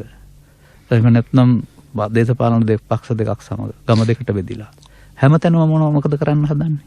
ගැටුමෙන් ප්‍රශ්න විසඳ ගන්න හදනවා. ඒ ගැටුම තුළ ක්‍රියාත්මක වෙන්නේ ආදරයේද, කරුණාවද, පරිත්‍යාගීශීලීත්වයේද, මනුස්සකමද? නෑ, අනිවාර්යෙන්ම ගැටුම කියන්නේ දේශය. දැන් එතකොට දෝසෝ අත්තං ජානාති දෝසෝ ධම්මං නපස්සති නේද? අර්ථය අත පේන්නේ ඒ කොතනින් ගියත් කොහේ හරි පිපරීමක් නේ. සිදු වෙන්නේ පිපරීමක්. ඔය පසුගිය දාසේ සිදු වෙන සිද්ධීන් හැම එකේම බලපුවම කොහේ හරි යහපතක් නෙමෙයි වෙලා තියෙන්නේ, කාට හරි යහපතක්. ඉතින් ඒ නිසා මෙන්න මේ කුසලස්ස උපසම්පදා කියන එකේ තේරුම එහෙනම් අර උපාදානයෙන් වෙන්වීමටම කියන නමක් තමයි අකුසලයෙන් වෙන්වීමේ කුසලය. එතකොට ලෝභයෙන්, දේශයෙන්, මෝහයෙන් මේ මොහොතේ අරමුණු තුළ වෙන් වෙන්න පුළුවන්. ඒක කරන්න පටන් ගත්තාම මම හිතනවා ඒක තමයි බුදුරජාණන් වහන්සේ උපසම්පදා කියන වචනට දීලා තියෙන ගැඹුරුම අර්ථය. බුදුරජාණන් වහන්සේ දේශනා කළා කියා වර්තමානයේ භාවිත වෙන බොහෝ ධර්ම කොටාශයන් සමා වෙන්න ඕනේ. මෙම කිව්වට අපි හරිගස්ස ගත්ත දේවල්, අලුතෙන් එකතු කරගත්ත දේවල්, සැබෑව හරියට කියනකොට ලොකු විරෝධතා එනවා, විකෘති කරනවායි කියලා. ඒ අත්දැකීම මොනතරම් අපිට තියෙනවා. විද්‍යාත්මකව මේ ධර්මයේ පැහැදිලි කරනකොටත් සමහර විට විරෝධතා එනවා, ධර්මයේ විකෘති කරනවායි කියලා. ඒක තමයි හැබැයි නියම ධර්මයේ. ඒ නිසා අපි එතන ඉන්න ඕනේ නැහැ. දැන් අපි දියුණුයි. පහර ගැනීමක් නෙමෙයි. සමහර ධර්ම සාහිත්‍ය, දැන් සාහිත්‍ය තියෙන දේවල් තියෙනවා. ඒවා අපිට අයින් කරන්නට උනාට ප්‍රශ්නයක් නැහැ. ඒවා අපි අයින් කරලා හරි අවබෝධය ලබා ගමු. ඇත්තරම මේ දහම හරි වටින දහමක්. ලෞකික ජීවිතයේ මේ ඉන්න තැන ඉඳලා ඉතා ඉහළට එසවෙන්න පුළුවන් ඔබට මේ ධර්මයේ පරිහරණය කරපුවාම, භාවිත කරපුවාම හරි විදියට. ඒ වගේම නිවන් කරා යන ගමනටත් හරි පහසුවෙන් පියවර තියන්න පුළුවන්. දැන් මේ දවස්වල ඇසල පොහෙන් පස්සේ කටින පින්කම් පටන් ගත්ත, කටින වස් වැසුවා. ඊට පස්සේ එන කාල සීමාවත් එක්ක ඔබ හරි දේ හරි විදියට හොයාගන්න. පින්කමක් කරන්නේ කොහොමද කෙනෙක් එතකොට ඔබට පුළුවන් සැනසෙන්න ඔබ හරි දේ කරයි කියලා. ඒ නිසා ධර්මයේ හරි විදියට අවබෝධ කරගෙන කවුරු මොනවා කිව්වත් අතුලාන්තයේ නිසි ධර්මයේ, නියම ධර්මයේ එකතු කරගෙන අතුලාන්තයට ලස්සන ගමනක් යන්න. ඒ සඳහා අපි ඔබට තල්ලුවක් දෙන්නේ, ඒ සඳහා ඔබට මගක් පෙන්වන්නේ. අදත් ඒ වෙනුවෙන් ආරාධනය කළේ කෑගල්ල පුස්සල ශ්‍රී පුණ්‍යෝදයාරාමාධිපති පූජ්‍යපාද බෙලිගල මිමුරේ ධම්මවංශ අපේ හඳුනන වහන්සේට තුන්වන පෙළියට යන කලින් පළමු දෙවෙනි පෙළි එකතු කරලා යමක් අපිට තව අවබෝධ කරලා දෙන්න පුළුවන්ද අපේ හඳුනන්නේ? මම හිතනවා එහෙම කරන එක හොඳයි කියලා. ඊට මත්තෙන් මාත් කැමති වචනයක් කියන්නේ සාලි මහත්මයක් කියපු ඔය විකෘති කීම කියන වචනයකදී. දැන් අපි මේ ජීවිතේ තුනෙන් එකක් ගෙදර හිටියට තුනෙන් දෙකක් මහන්කම ඉඳලා තියෙනවා. පූර්ණ කාලයම ගත කරලා තියෙන බුදුරජාණන් වහන්සේ කෙරෙහි, ධර්මයේ කෙරෙහි අප්‍රමාණ භක්තියෙන් ගෞරවයෙන් මේක හොයාගන්න. ධර්මයේ විකෘති කරන්න හරි, සාසනය නැති කරන්න හරි නෙමෙයි අපි මහන්සි වෙලා තියෙන්නේ. නමුත් අපිටත් මේ අර මේ මොකක්ද ඒකට කියන්නේ බෝඩ් එක ගහනවා. මම දැක්කා Facebook එකේ තියෙනවා ධර්මයේ විකෘති කරන අයගේ නාම ලේඛනේ මගේ පින්තූරෙත් තියෙනවා. මට ඒ පිළිබඳ උත්තරයක් නැහැ කාටවත් දෙන්න. මොකද මම දකින්නේ මලියදේව මහරහතන් වහන්සේගෙන් පස්සේ සෝවාන් අය නෑ මා කියන එකේ තේරුම ඒ තමයි ධර්මයේ විකෘති වීම. මොකද බුදුන් වහන්සේ වදාළ ධර්මයේ සත්‍ය නම් ඒක නැති වෙන්න බෑනේ. ඉතින් ඒ නිසා අනිත්‍ය කියන පදයට අද තියෙන අර්ථය නෙවෙයිනේ මම ගැඹුරින් දකින්නේ. අන්න ඒ වගේ ඒ විකෘති වුණ දෙක නිවැරදි කරගන්නයි අපට ඕන. අපිට මේ රටක් විනාශ කරන්න හරි කාට හරි පාව දෙන්න හරි නෙමෙයි ඕන. අපට ඕන බෞද්ධකමේ උපරිම ඵලය මේ සමාජයට දෙන්න. ඒ ධර්මයෙන් ඒ අදහසෙන් රට විනාශ කරනවා නම් ඔන්න ප්‍රශ්නයක් නේද අපේ අඳුරේ. නමුත් මේක ස්වාමින් වහන්සේලා යමක් අහලා නැහැ, නායකයෝ යමක් අහලා නැති අය ඉන්න පුළුවන්. නමුත් රටේ දැන් ඉන්නවා ස්වාමින් වහන්සේලා සහ උගතුන් මේ තේරුම තේරුම් ගත්ත අය. ඉතින් ඒ පිළිබඳව මට මහාචාර්යයෙක් ඉපද කතා කරලා තිබුණා. ඔබ වහන්සේ තමයි මෑතදී මේක මේ පැත්ත අවදි කරලා දුන්නේ කියන බොහොම නිහතමානීව මට එහෙම කිව්වේ තුමන්. ඒ වගේ අපි මේක බොහොම ආදරෙන් කරන වැඩක්. ඒ නිසා අපිට කවුරු මොනවා කිව්වත් ඒ පිළිබඳව මට නම් කිසිම ගැටලුවක් නැහැ. අපිව මන්දෝත්සාහි වෙන්නේ නැහැ. තවදුරටත් අපි මේ ආපු ගමන් මග මේක අතුලතින් හොයන ආපු ගමනක්. මේකම්ම සිවුරු පරණිට එකක් නෙවෙයිනේ. ගැඹුරින් හොයපු එකක්. මේ තේරෙන දේ නිදහසේ කියන්නට විශේෂයෙන් රංග්‍රීසි ලංකා මාධ්‍ය දැන් අවුරුදු 6යි හරියටම මම 2015 අගෝස්තු මිට ආවේ. දැන් මේ 2021 අගෝස්තු වෙන්නේ ඉන්නේ. අවුරුදු 6ක් පුරා නායක ස්වාමීන් වහන්සේලා දෙන්න මැතුළු ඔබතුමාලා මට වේදිකාවක් හදලා දීලා තියෙනවා. ඒ වගේම තවත් මාධ්‍ය කීපයක එහෙම අවධිකට තියලා තියෙනවා. ඉතින් ඒවා ඔස්සේ රටට කිහින් තියෙනවා ඒ විවෘතය දන්නේ නැති වුණාට බොහෝ පිරිසක්. තේරුම් අරගෙන ජීවිතය සංසුන් කරගෙන අනුගමනය කරන පිරිසක් ඉන්නවා. කොච්චරක් ඉන්නවද කියලා බලන්න මේ අපිට පුළුවන් ඕන නම් මේ SMS එකක් එවන්න කියලා නැත්නම් ඇඩ්‍රස් එක දීලා ලියුමක් එවන්න කියලා. හරි. මොකද මම සමීක්ෂණයක් කරලා නැහැ. නමුත් දිනපතාමත් දෙන්නෙක්වත් තුන් දෙනෙක්වත් මගේ දොරකඩට කතා කරලා අපිත් අහනවා දැන් නම් තේරෙනවා කියලා කියනවා ඉන්නවා. ඒ නිසා ඒ කවුරු මොන ලේබල් එක ගහන්න හැදුවත් අපිට වැදගත් නෑ. අපි බොහොම අනුකම්පා කරනවා. මොකද ඔවුන්ට වැරදිලා බව අපි දන්නවා. අර සම්ප්‍රදාය තුළ පාඩම් කරගත්තට කටපාඩමක් කරුණාම මේ ගැඹුරු දැක්මට දැන් මේ අපි මේ ගාථාවේ අර්ථය පැහැදිලි කරනවානේ. අන්න එහෙම පැහැදිලි කරන්න පුළුවන් ද බලන්නකෝ අනිත් අයට. අන්න එහෙම වගේ. එහෙනම් අපි ඊළඟට යන්න ඕනේ. මේ දෙකම එකට ගලපන්න පුළුවන්. සබ්බපාපස්සා කරණං කුසලස්ස උපසම්පදා. මේ දෙක එකට ගලපන්න පුළුවන්. අන්න ඒක හොයාගන්න වෙනවා. දැන් එතකොට ඒකෙන් පෙන්නන්නේ සියලු පව් අකුසලයෙන් වැළකීමමනේ කුසලය කියන්නේ. එතකොට මේ අකුසලයේ කුමක්ද වැළකීම කුමක්ද? අන්න ඒක හොයාගන්න. නමුත් මේකට මගේ ධර්ම දේශනාවලින් ගන්න වෙනවා. මෙතන මට හුඟක් විස්තර කරන්න වෙලාවක් නැහැ. මේකට ගන්න වෙන්නේ පුද්ගලයා නෙවෙයි. ඇස, කන, නාසය, දිව, කය, සිත අරමුණ කියන එක. ඇසට හම්බ වෙන අරමුණ තුල, කනට හම්බ වෙන අරමුණ තුල, නාසයට හම්බ වෙන අරමුණ තුල තමයි මේ වරද සිද්ධ වෙන්නේ සහ නිවැරදි කරගන්න ඕන. ඒකට මම කියන්නේ බුදුන් වහන්සේ සසර දුකටපත් වීම සහ දුකින් මිදීම දේශනා කරලා තියෙන ස්ත්‍රී පුරුෂයා ගිහියා පැවිද්දා මුල් කොටගෙන නෙවෙයි පංචස්කන්ධය මුල් කොටගෙන. පංචස්කන්ධය කියන කාරණාව ධර්ම ශ්‍රවණය කරලා නිරවුල්ව තේරුම් ගන්න ඕන.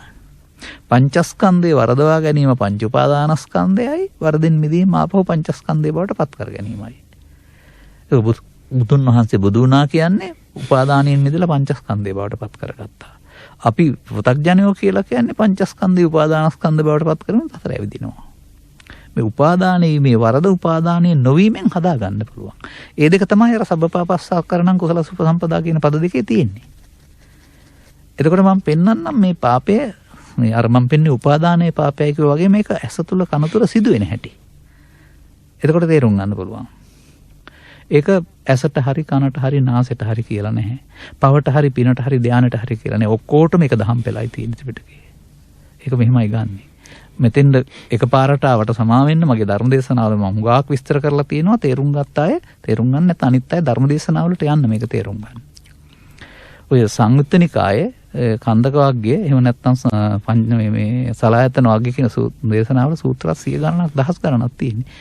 100 ගණනක මේක තියෙනවානේ.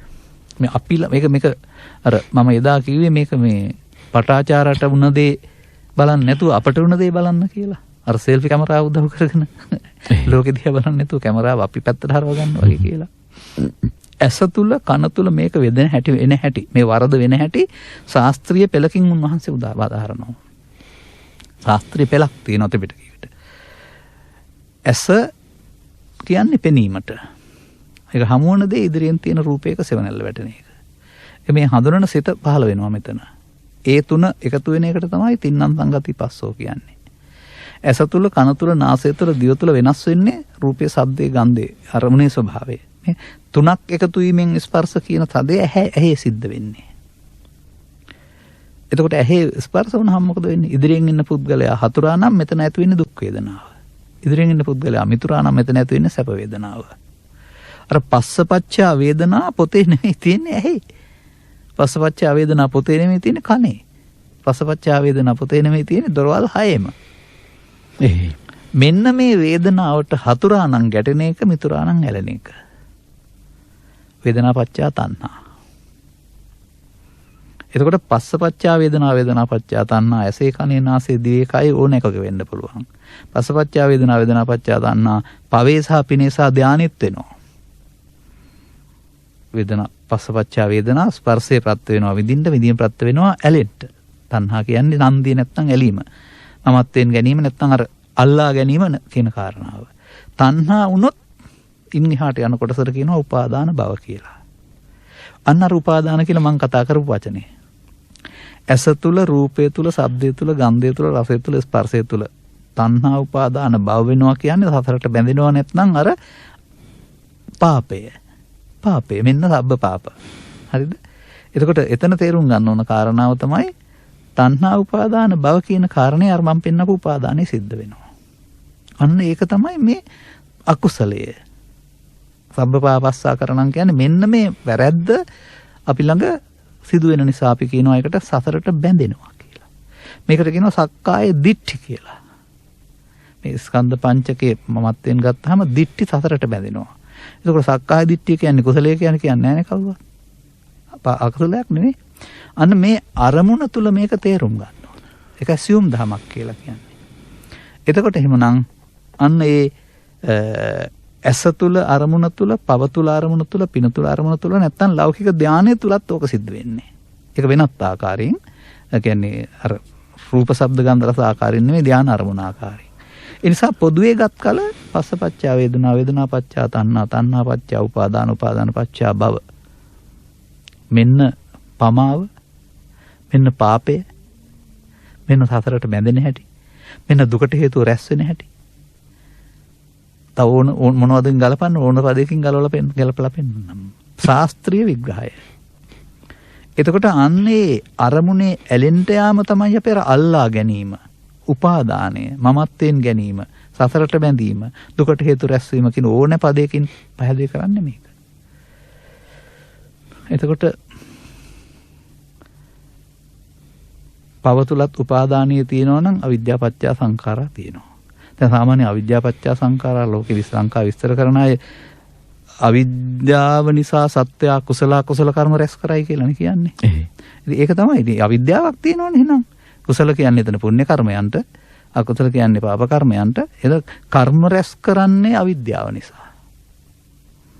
එතකොට කර්ම જાති අපුණ්‍ය කර්ම, පුණ්‍ය කර්ම, ධාන කර්ම තුනයි. ත්‍රිපිටකයේ පෙන්නනවා තව කර්මයක්, මේ කර්ම තුනම සේ කරන කර්මය. අන්න ඒක තමයි අවිද්‍යා නිරෝධයෙන් සංඛාර නිරෝධය. මේ අවිද්‍යාපච්චය සංඛාරා. ඉතින් සමාජයට හරි අමාරුයි කියන්න පු탁ජන පුද්ගලයාගේ ඇස තුළ, කන තුළ, නාසය තුළ පවාල්ලා ගැනීමත් අවිද්‍යාපච්චය සංඛාරා, පිනාල්ලා ගැනීමත් අවිද්‍යාපච්චය සංඛාරා, ධානාල්ලා ගැනීමත් අවිද්‍යාපච්චය සංඛාරා, පෞපින් ධාන කියලා නෑ. අල්ලා ගැනීම අවිද්‍යාපච්චය සංඛාරා. අල්ලා ගැනීමෙන් තැවුල දේශනා කරමි. පඨම සහ ဒုတိ ය උපපාදා පරිස්ථාස සූත්‍රවල පෙන්වන්නේ අරමුණ අල්ලා ගන්නවද ඒ නිසා ඔබට තැවුල හම්බ වෙනවා. දැන් මේක බුදුවර එලි කරපු රහසනේ. ඉතින් මේක තේරුම් ගන්න මෙතෙන්ද සමීප වෙනව ඇරුණාම බුදුරජාණන් වහන්සේ පුද්ගලයෙක් කොට, බුදුරජාණන් වහන්සේ පිළිමයක් කොට, බුදුරජාණන් වහන්සේ අනාගත හම්බ වෙන කෙනෙක් කොට, නිවන මරණින් එහා පැත්තේ තියෙන දෙයක් කොට ඉන්නකොට ඒ ඔක්කොම මිත්‍යා දෘෂ්ටි. ඒ තමන් හදාගත්ත මත මේවා. මේ මත තමයි අපට මෙතෙන්ට එන්න දෙන්නේ නැත්තේ. අර අපි යමක් කිව්වහමත් ඒක වෙනස් ගැඹුරු එකක් වුණාම ඒකට අර පහර ගහන්න එන්නේ විරුද්ධ වෙන්නේ හෝ ඔහුගේ මතයට ගැලපෙන්නේ නැති එක. නමුත් විචක්ෂණ සිරිය බලන්න. අපට 100%ක්ම කිසිවෙකුට රිදවන්න, කිසිවක් උරුම කරගන්න, කිසිවක් පරාජය කරන්න මොකම ඕනකමක්වත් නැහැ. කාට හරි අපට ඕනකම තියෙන්නේ මේක තේරුම් කරලා දීලා සැනසෙල්ල ඉන්න පාර කියලා දෙන්න විතරයි. සාමාන්‍ය ඉතින් පළ ඇතිරුකට නේ ගල් ගහනවා කියන්නේ, පොළු ගහනවා කියන්නේ. ඉතින් ඒක ප්‍රශ්නයක් නෑ නිසා. ඒ පිළිබඳව අපට මොනම කලබලයක් හෝ කම්පනයක් හෝ චෝදනා කරන්න ඕනකමක් මොකක්වත්. ඒවල මිනිස්සුන්ට තියෙන අයිති. ඒ නිසා ඒ ගැන ගැටලුවක් අපට නැහැ. අපි කියන දේ කියනවා. බුදුන් වහන්සේටත් ওই බාධා තිබුණානේ. කණෙක්ක කොරෙක්ක පිළෙක්ක සත්‍ය අපට අර කෙවණක් කියලා පොල්ලෙලි දාලා ලින් වලට පිදුරු දාලා වතර බොයි කියලා එනවා. ඒ සත්‍ය දේශනා කරන්න ගියාම අසත්‍ය මත යැපෙන අයට රිදෙනවා තමයි ටිකක්. ඉතින් අපිට ඒකට කරන්න දෙයක් නැහැ. මොකද මේක බුද්ධ පුත්‍රයින්ට පැවරුණ කාරණයක්. බුදුන් වහන්සේගේ සද්ධර්මයේ තේරුම් ගත්ත කෙනෙකුට තමන් අනුගමනය කරනවා නම් අහන්න આવොත් ඒ ඕන කෙනෙකුට කියලා දෙන්න එක බුද්ධානුශාසනාව බුදුන් වහන්සේගේ නියමය. ඉතින් ඒක අපි ඉටු කරන්න ඕනනේ. ඉතින් එතකොට මෙන්න මම පෙන්නුවේ එක කාරණයක් අර අකුසලයේ පෙන්නුවේ. අරමුණ තුල ස්පර්ශයෙන් පස්සේ මොහොතක් තුල මේක වෙන්නේ වේදනා තණ්හා උපාදාන භව නම් වූ සිද්ධිය සිදු වෙනවට කියන්නේ අවිද්‍යාව පත්‍ය සංඛාරා. එතකොට මේක හොයලා බලපුවම තේරෙයි පව තුලත් උපාදානයේ අවිද්‍යාව පත්‍ය සංඛාරා, පින තුල හොඳ වුණත් උපාදානයේ අවිද්‍යාව පත්‍ය සංඛාරා, ධානය තුල සැනසීමක් තිබුණත් කෙලෙස් යටපත් වෙලා අවිද්‍යාව පත්‍ය සංඛාරා. බුදුහාමුදුරුවෝ අවිද්‍යාව පත්‍ය සංඛාරා දේශනා කළාද? අවිද්‍යාව නිරෝධයෙන් සංඛාර නිරෝධය දේශනා කළාද? මම නම් දකින්නේ අවිද්‍යාව පත්‍ය සංඛාරා මිනිසුන් අතර තිබුණා ඉන් මිදෙන හැටි දේශනා කළා. එන්න බුදුන් වහන්සේ වදාළේ අවිද්‍යාව නිරෝධයෙන් සංඛාර නිරෝධය. මේ පමාව වෙන තැනම අපට දැන් තේරුම් ගත්තාම නොපමා වෙන්න පුළුවන්. අන්න ඒක තමයි අර අකුසලෙන් වෙන්නේ මේ කුසලයේ කියලා කියන්නේ. ඔය කුසල කියන්නේ මොකද්ද කියලා අපි තාට එහාට ගියම හොයාගනිමු ලබාගත් කාලයට අනුව. දැන් මේ සිද්ධියේදීම තමයි මේ අල්ලා ගැනීම දේශනා කළේ, අල්ලා නොගැනීම දේශනා කරන තථාගතයන් වහන්සේ. ඒක කොහොමද පෙන්වන්නේ? ඒකත් අර චක්කුංච පටිච්ච රූපේච උප්පජ්ජ චක්කු විඥානං තින්නා සංගති පස්සෝ පාළියෙන්. ඇහැට ඉදිරියෙන් තියෙන රූපේ හම්බ වෙලා අතේ මතක් කරලා දීලා චක්කු විඥානේ පහළ වුණාම ඒක තමයි පස්සචෛසිකේ පහළ වෙන්නේ. ඒ ස්පර්ශ වුණාම ඉතින් ඒ හොඳ හෝ නරක හරි හෝ වැරදි වශයෙන් වේදනාවක් ඇති වෙන්න ඕනේ. වේදනාව කියන්නේ රිදෙනව නෙවෙයි විඳිනවා. එතනදී පෙන්නනවා වෙනත් පාරක්. මේ වේදනාවට ඇලෙන්න ගියොත් තමයි තණ්හා උපාදාන වෙන්නේ. අන්නර අල්ලා ගැනීම කියන්නේ ඒක තමයි. දැන් අතහැරීම කියන්නේ මෙන්න මේක. තස්සායව තණ්හාය. ඇහෙනම් රූප තණ්හාව, කනෙනම් ශබ්ද තණ්හාව, නාසයෙනම් ගන්ධ තණ්හාව. අර බලන්න තණ්හා බෙදිලා තියෙන ආකාරය. දරවල් 6 අරමුණට ඇලීම තණ්හාව. පාපයට ඇලීම පාප තණ්හාව. ධානයට ඇලීම ධාන තණ්හාව. ඒ තණ්හා ඕනේ තණ්හාවක්.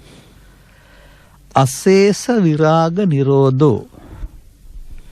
අර අවශේෂ වෙනවා කියන එකට තමයි උපාදාන භව කියලා කිව්වේ. උපාදාන භව වෙන්න දෙන්නේ නැතුව අශේෂ, ශේෂ වෙනකොට අශේෂ අවශේෂ. ඒක රෙහි ඇල්ම අතහරින්න පුළුවන් නම් දැන් එතන අර අවිද්‍යා සංකාරයේ වශයෙන් චිත්තාභ්‍යන්තරයට බැස ගැනීම නතර වෙලා මොකද වෙන්නේ?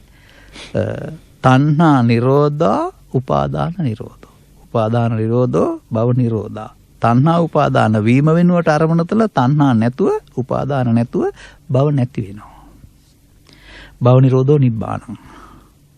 මේ මිනිස්සුන්ට තේරෙන්නේ නැත්තේ අරමුණ හේතු ඉතුරු නොකර අවසන් කිරීම. මොකද සංසාරෙම පුරුදුනේ පාපය තුළ පින තුළ ධානය තුළ අරමුණ ඔස්සේ යාමනේ. භාවනා කරන පුද්ගලයාත් අරමුණේ සමාධියක් හදාගෙන ඉන්නවරනවා මේ ස්කන්ධ පංචකේ නිරෝධය දැක්කේ නැහැ කවුරුත්. එතකොට මේ නිරෝධය කියන එකේ තේරුම මෙතන ඉවර වෙනවා. ඉවර වෙනවා කියන එකේ තේරුම සතරට හතරක් හැදෙන්නේ නැහැ කියන එක. ඒ ඉවර වෙනකොට තණ්හා උපාදාන භව වරහන් ඇතුලේ අවිද්‍යා සංකාරා අරමුණ තුළ බලන්න ඉගෙන ගන්න ඕන. තණ්හා නැත්තම් උපාදාන නැත්තම් භව නැත්තම් ඒකට කියනවා විද්‍යා විමුක්ති. අනාරකෙන් මිදුණා. දැන් මෙතන තමයි කුසලය. මේක තමයි බුදුරජාණන් වහන්සේ හොයාගත්ත කුසලය. අකුසලයෙන් වෙන් වුණා. මේ කුසලයට කියනවා නිවන කියලා. වෙන කොහටවත් කුසලයේ කියන්නේ නැහැ බුදු සමයේ. මම ඔප්පු කරලා පෙන්නන්නම් ඕනනම්. බලන්න සිදුහත් තාපසතුමා කුමාරයා රජකම් කරලා සැපවින්දා. තාපසතුමා කැලේට ගිහින් අත්කලම තාන යෝගී දුවා. අර අරූපී ධානය දක්වා කොටද හොයාගත්තා. මේක තමයි මම හොයපු නිවන කියලා නතර වෙනවනේ එහෙනම් ඉතින්. එතනින් එහාට ඇයි උන්වහන්සේගේ ගමනට කිං සත්‍ය ගවේෂී කිං කුසල ගවේෂී කියලා කියන්නේ? අර එකක්වත් සත්‍ය නොවන නිසා එතනින් එහාට හොයන්න ගියා නේද? කිං සත්‍ය ගවේෂී සත්‍ය කුමක්දයි සොයමින්. කිං කුසල ගවේෂී කුසල් කොයක්ද හොයමින්. එනම් පින හරි ධානය හරි නෙවෙයිනේ බුදුන් වහන්සේ හොයලා තින කුසලයේ. අන්න උන්වහන්සේට කුසලයේ හම්බ වුණා වෙසක් පොහොන ප්‍රදා උදෑසන. අන්න ඒ අර්ථයෙන් ගන්න වෙනවා. එතකොට එහෙනම් කෙනෙකුට මේ තණ්හා උපාදානම වෙන් වෙනවා නම් එතන අකුසලයෙන් වෙන්නකොට කුසලයේ හම්බ වෙයි. භව නිරෝධෝ නිබ්බානං ඔය සෝවාන් පුද්ගලයන් වන් දකින්නවා කියලා කියන්නේ මේ මනුස්සෙන්ට තියෙන විශාල මුලාවක් තමයි නිවන කියලා 아무තු පුරයක්.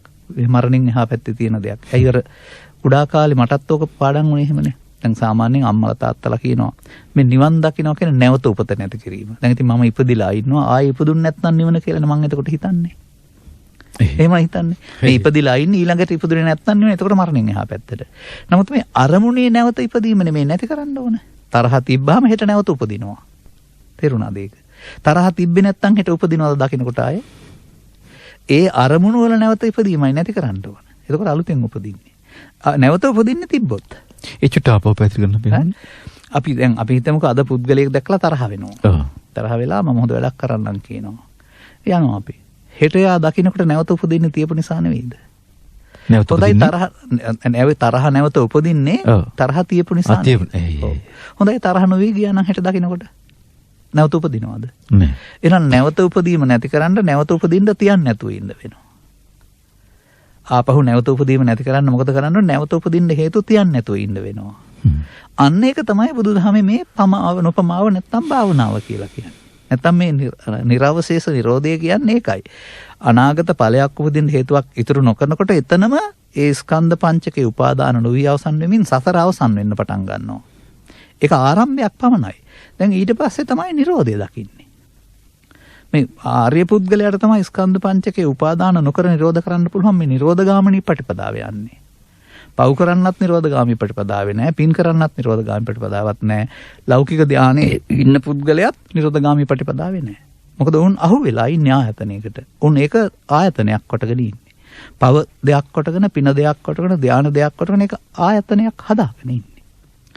එතකොට අපිට මේ නිරෝධය කියන කාරණය දැන් සිදුවෙන්න ඕන දෙයක් අල්ලා නොගැනීමෙන් නිරෝධ වෙන්නේ. අල්ලා ගත්තොත් හේතු ඉතුරු වෙනවා කියන මේ කාරණාව තේරෙනකොට අන්න දැන් අර තණ්හා නැහැ, උපාදාන නැහැ, භව නැහැ. තණ්හා උපාදාන භව අකුසලය නම් තණ්හා උපාදාන භව නැත්තම් අකුසලයෙන් වෙන්නේ මේ කුසලය. එතන හම්බ වෙන එකයි කුසලය. මේ තණ්හා උපාදාන භව නැති වෙනකොට හම්බ වෙන ඵලයට තමයි කුසලය කියන්නේ. මේ කුසලය හම්බ වෙන්නේ මට නම් සෝවාන් සිර රහත් දක්වායටයි. ඒක යාළඟ තියෙනවා. එයා දන්නවා ඒක. අර ඔබතුමා මතක් කළේ අර කැමති කියලා මේ ඕනේ නැතිවට පැටලෙන්න යන්න තෝ හුදකලා ඉන්න කැමති කියලා. එහෙසම්. ඉතින් මේ පිස්සොත් එක්කලා මොකටද දඟලන්නේ කියලා හිතෙනවානේ. හිතනවා. කියන දේ තේරුම් ගන්න පුළුවන් නම් අහවි නැත්නම් Taman අර සංසොන්ව ඉන්නවා. ඉතින් ඒක තමයි උත්තරීතර හුදකලාව කියලා කියන්නේ. ඒ නිසා මේ මිනිසුන් ළඟ තියෙන දෙයක් තථාගත බුදු පියාණන් වහන්සේ මතු කරලා පෙන්වන පාර උගන්වන්නේ. මිනිසුන් මේක අර අපි අවුල් වියුල් නැමැති නීවරණ වලින් වහගෙන තමයි නිවන් හොයන්න හදන්නේ. නිකමට කල්පනා කරන්නකෝ. නීවරණ කියන්නේ නිවන වහන ධර්මයක් නම් නීවරණ නැතුවම නිවන තියෙන්න ඕන නේද එතන? නීවරණ කියන්නේ කාමච්ඡන්ද ව්‍යාපාද තීන මිද්ද උද්ධච්ච කුක්කුච්ච විචිකිච්ඡා නම් ඒවා තියෙන මිනිස්සු නිවන වහගෙන නේද ඉන්නේ? ඒවා අයින් කරලා බලන්න එපා නිවන හැටි දැනගන්න. මම ඇතදී මාධ්‍යවල ලස්සන උදාහරණයක් කිව්වා. දැන් ඉතින් මේක පැහැදිලි කිරීම ඉවර වෙන නිසා කියන්න ඕන. සාමාන්‍යයෙන් දවල් රැය දෙකේ අහස තියෙනවනේ. සීමාවක් නැහැ නිල් අහස තියෙනවා. ඔය නිල් අහසේ පිපිරිලි මොකක්වත් නැහැ. හැබැයි කළු වලාකුළු එනවා. ඇවිදින් හැප්පුණාම විදුලි කොටනවා අකුණු ගහනවා. ඉතින් විදුලි කොටන්නේ අකුණු ගහන්නේ වලාකුළු වලනේ. ඒ වගේ මේ නීවරණ ධර්ම කියන්නේ වලාකුළුනේ. ඒවනේ මේ ගැටීම් තියෙන්නේ ඔක්කොම ටික ලෝභ දේශ මොහ. ඒවා තියද්දිත් අහස එහා පැත්තේ තියෙනවනේ නිල් අහස. ඒ වගේ මේ මමත්වෙන් ගන්න නැත්නම් මේ කුසලය මේ අකුසලයෙන් වෙන්න ඕන බුදුන් වහන්සේ හොයාගත්ත කුසලය තියෙනවා අපි ළඟ. බුදුන් හොයාගත්ත බුදුන්ම අපටත් හමු වෙනවා. අන්න එතනදී තමයි manussකම් ඉස්මතු වෙන්න පටන් ගන්නෙ. මොකද අර අමනුස්සකම් කියන්නේ රාගදේශ මොහනේ. ඒව නැති වෙන තරමට මිනිස්සු ළඟ තියෙන්නේ අර අපිට අපේ ඉතිහාසය තුළ පැවරුවා වූ අර දහම් දීපය කියන වචනේ වටිනාකම. ඒසනස. උතුරේ ඉඳන් දකුණ දක්වාම කිසිම කෙනෙකුට කාන්තාවකට යන්න පුළුවන් වුණා කියන තරාභරණින් සැරසිලා ආභරණ හොරකම් කරන්න ගත්තෙත් නැහැ. එහෙම නැත්නම් වෙනත් වැඩකට යොදා ගන්න කල්පනා කළෙත් නැහැ. රැකවරණේ සැලසුවා ඇරුණාම. ඒ මිනිස්සුනේ අංගේ මිනිස්සු අපට හදන්න ඕන බුද්ධෝත්පාදය තුළ මේ ලංකාව තුළ. ඒකටයි අපි මහන්සි වෙන්නේ. නිවැරදි ධර්මය අවබෝධ වෙන්න බොහොම සරල කෙනෙකු බවට පරිවර්තනය වෙනවා. ඒකෙන් පුදුමාකාර නිරාමස සෝයක් අත්විඳිනවා. බොහෝ දේ වැරදි බව වැටහෙනවා. එන් මිදෙන්න උත්සාහ දරනවා. ඒ විතරක් නෙවෙයි විශ්වයේ පුදුමාකාර සහයක් ජීවිතය වෙනුවෙන් ලැබෙනවා. අදෘශ්‍යමාන හස්තයන් අදෘශ්‍යමාන බලවේග නිරන්තරව ඔබව රකින්නවා. ඒ නිසා අපි හරියටම ධර්මය අවබෝධ කරගනිමු. අවබෝධ කරගෙන බොහොම යහපත් සරල සෞඛ්‍ය සම්පන්න ආරක්ෂිත ජීවිතයක් වට අපේ ජීවිතය පරිවර්තනය කරගමු. අපි මේ උත්සාහ දරන්නේ දයාබර ඔබට ඒ තැන හරිගස්සලා දෙන්න. මිත්‍යාවෙන් එහෙම නැත්නම් දෘෂ්ටිගත වෙලා ඉන්න සමහර දේ උලුප්පලා දාලා ගලවලා දාලා හරි දේ ඔය මනසේ තැම්පත් කරවන්න තමයි මේ උත්සාහය අපි දරන්නේ. අද සංවාදය තුලත් එක තැනක් හරි හොඳට අල්ලගෙන විමර්ශනය කරන්න, විප්ලව කරන්න, එහෙම නැත්නම් විවාද කරන්න, තර්ක කරලා කවුරු මොනවා කියලා තිබ්බත් ඔබට නිවැරදි නම් මේක හරිය කියලා දැනෙනවා නම් ඔබ එතන හිට ගන්න. පුජ්‍යපාද බෙලිගල මිමරිය ධම්මවංශ හඳුරුව අපිට මේ කරුණ අද දවසේ පැහැදිලි කර දෙන්නේ. අපි හඳුරන්නේ අපිට නිමා කරන්න වෙලාව විනාඩි 25ක් තියෙනවා. තව 24ක් විතර වගේ අවසන් කරමු මේ පැහැදිලි කිරීමත් එක්ක නේද? අගපදේ තරම් විස්තර කරන්න දෙයක් නැහැ. තුන්වෙනි පදේ අපි ගනිමු. ඒ තුනම තමයි බුදුවරුන්ට අරියතම් බුද්ධානං සාසනං කියන්නේ බුදුවරුන්ගේ නිර්දේශය. නිර්දේශ කරන බුදුහාමුදුරුවෝ ලෝක මිනිස්සුන්ට නිර්දේශ කළේ මේක කියන එක තමයි ඒතානම් බුද්ධානං සාසනං. බුද්ධානුශාසනං එහෙම නෙවෙයි. ඒක බුද්ධානං සාසනං බුද්ධාන සාසනං වෙලා තියෙන්නේ. පාලියේද නැහැටි බුදුවරුන්ගේ මඟ පෙන්වීම කියන එක. එතකොට එහෙනම් තුන්වෙනි එක සචිත්ත පරියෝධපන. මේ පු탁ජන කියලා කියන සිත දමනය වෙච්ච නැති අයනේ. මොනම දමනයක්වත් පාලනයක්වත් නැහැ. මොකද සතර හුරු කරලා දෙන්නේ අනිත් පැත්තට. අන්න ඒක නවත්ත ගන්න බැරිකම තමයි පු탁ජනයට තියෙන්නේ. ගැහුවොත් ගැහුවා, බැන්නුත් බැන්නා, කැපුවොත් කැපුවා, කිටුවොත් කිටුවා, එක ටික කරා පලි. ඔය සේරම දමනය නොවූ සිතේ ක්‍රියාකාර. ප්‍රතික්‍රියා කියන්නේ දමනය නොවූ සිතේ. සිත පිළිබඳව තේරුම් ගන්න ඕන ගැඹුරින්. දැන් අපි දන්නවා අපිට හිතක් තියෙනවා කියන්නේ ඒ දැනගත්තට මදි. ඒක තථාගතයන් වහන්සේ ලස්සනට විස්තර කරනවා. මම ඉතින් සමාජයට තේරෙන්න මේක ගන්න මෙහෙමයි. අපිට දැන් මේ යනවා කනවා බොනවා දඟලනවා පණක් තියෙන කෙනෙක් පේනවනේ මේ කයක් තුල. නමුත් අපි ජීවත්ව ඉන්නවා අපි අවමගුල්ලොස් වලට ගිහින් තියෙනවා. දැන් මේ අවමගුල්ලොස්සේ පෙට්ටියේ ඉන්න කෙනා අර හීටරටත් දාලා බර වැඩි පොඩ්ඩක්වත් වැඩි වෙලා නැහැ. නමුත් hina වෙන්නේ නැහැ, කතා කරන්නේ නැහැ, මොකක්වත් නැහැ. අපි ඒකට මැරුණ නිසා කියලා කියනවා. මම නම් දකින්නේ මැරුණ නිසා නෙවෙයි.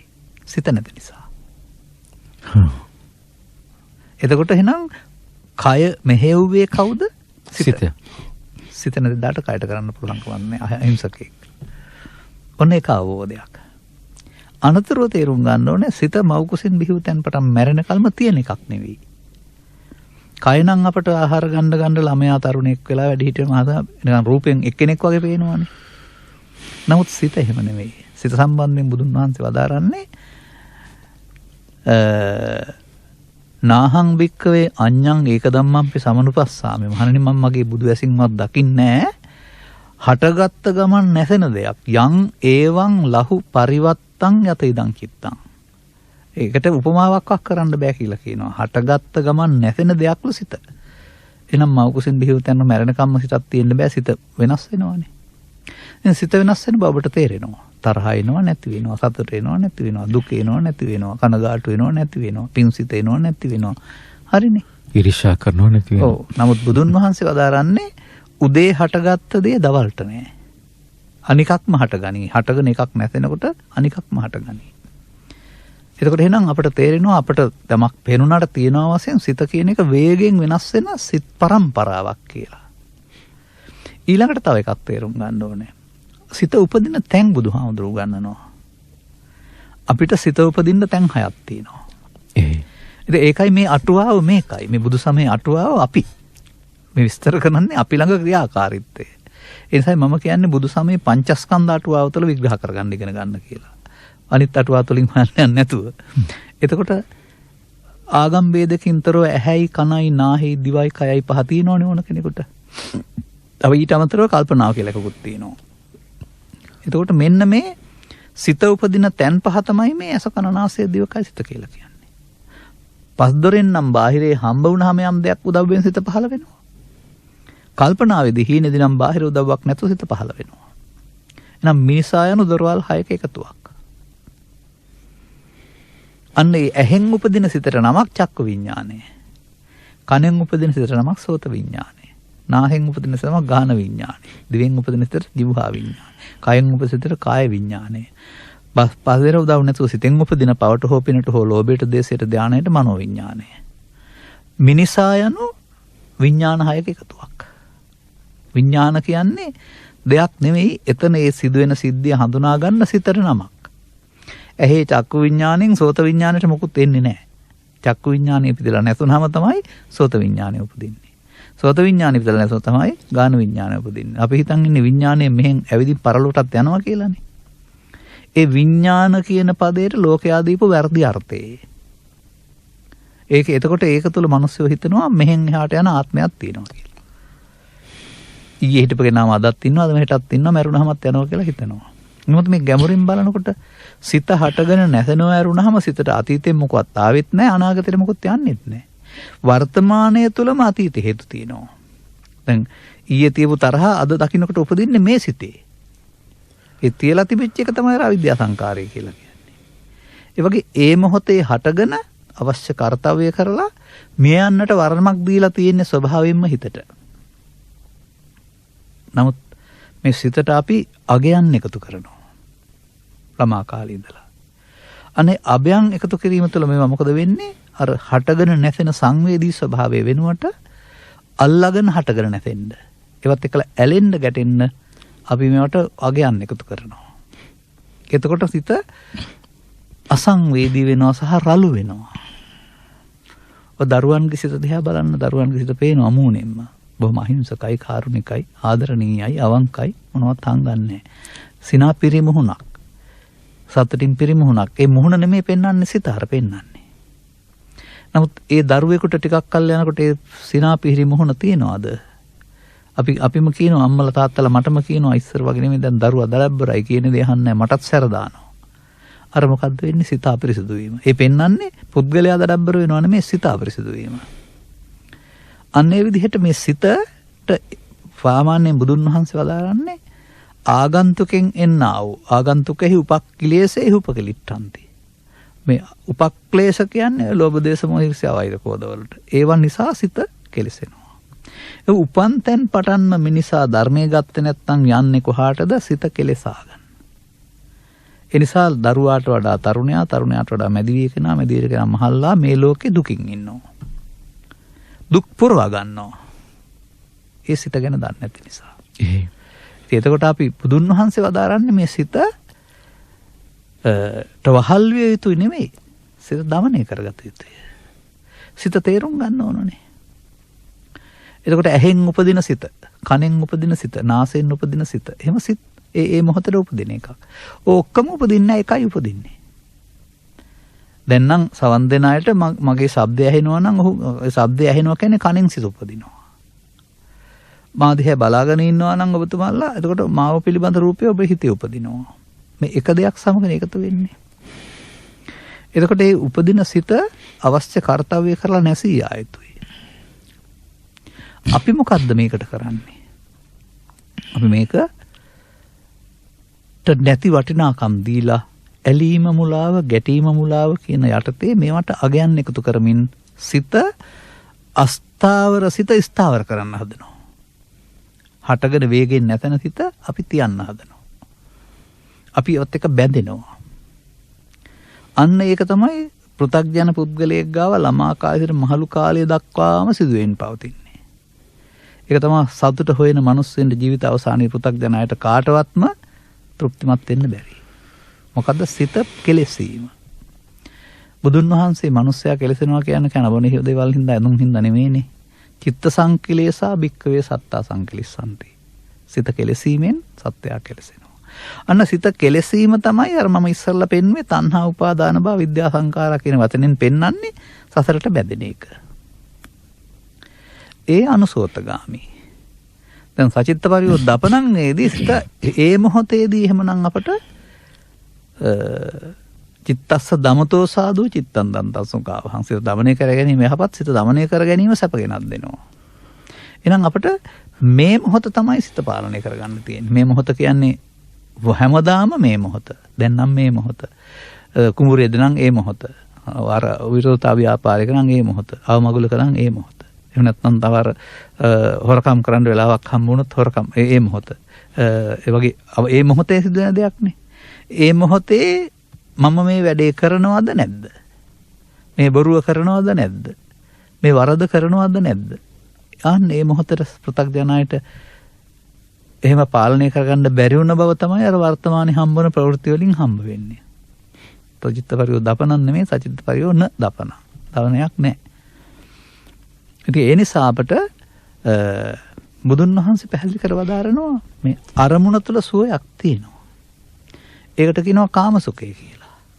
නමුත් අරමුණ තුළ තියෙන සුඛයට ආමිෂ සුඛ කියනවා. ඊට එහා පැත්තේ තියෙනවා නිර්ආමිෂ සුඛ කියලා එකක්.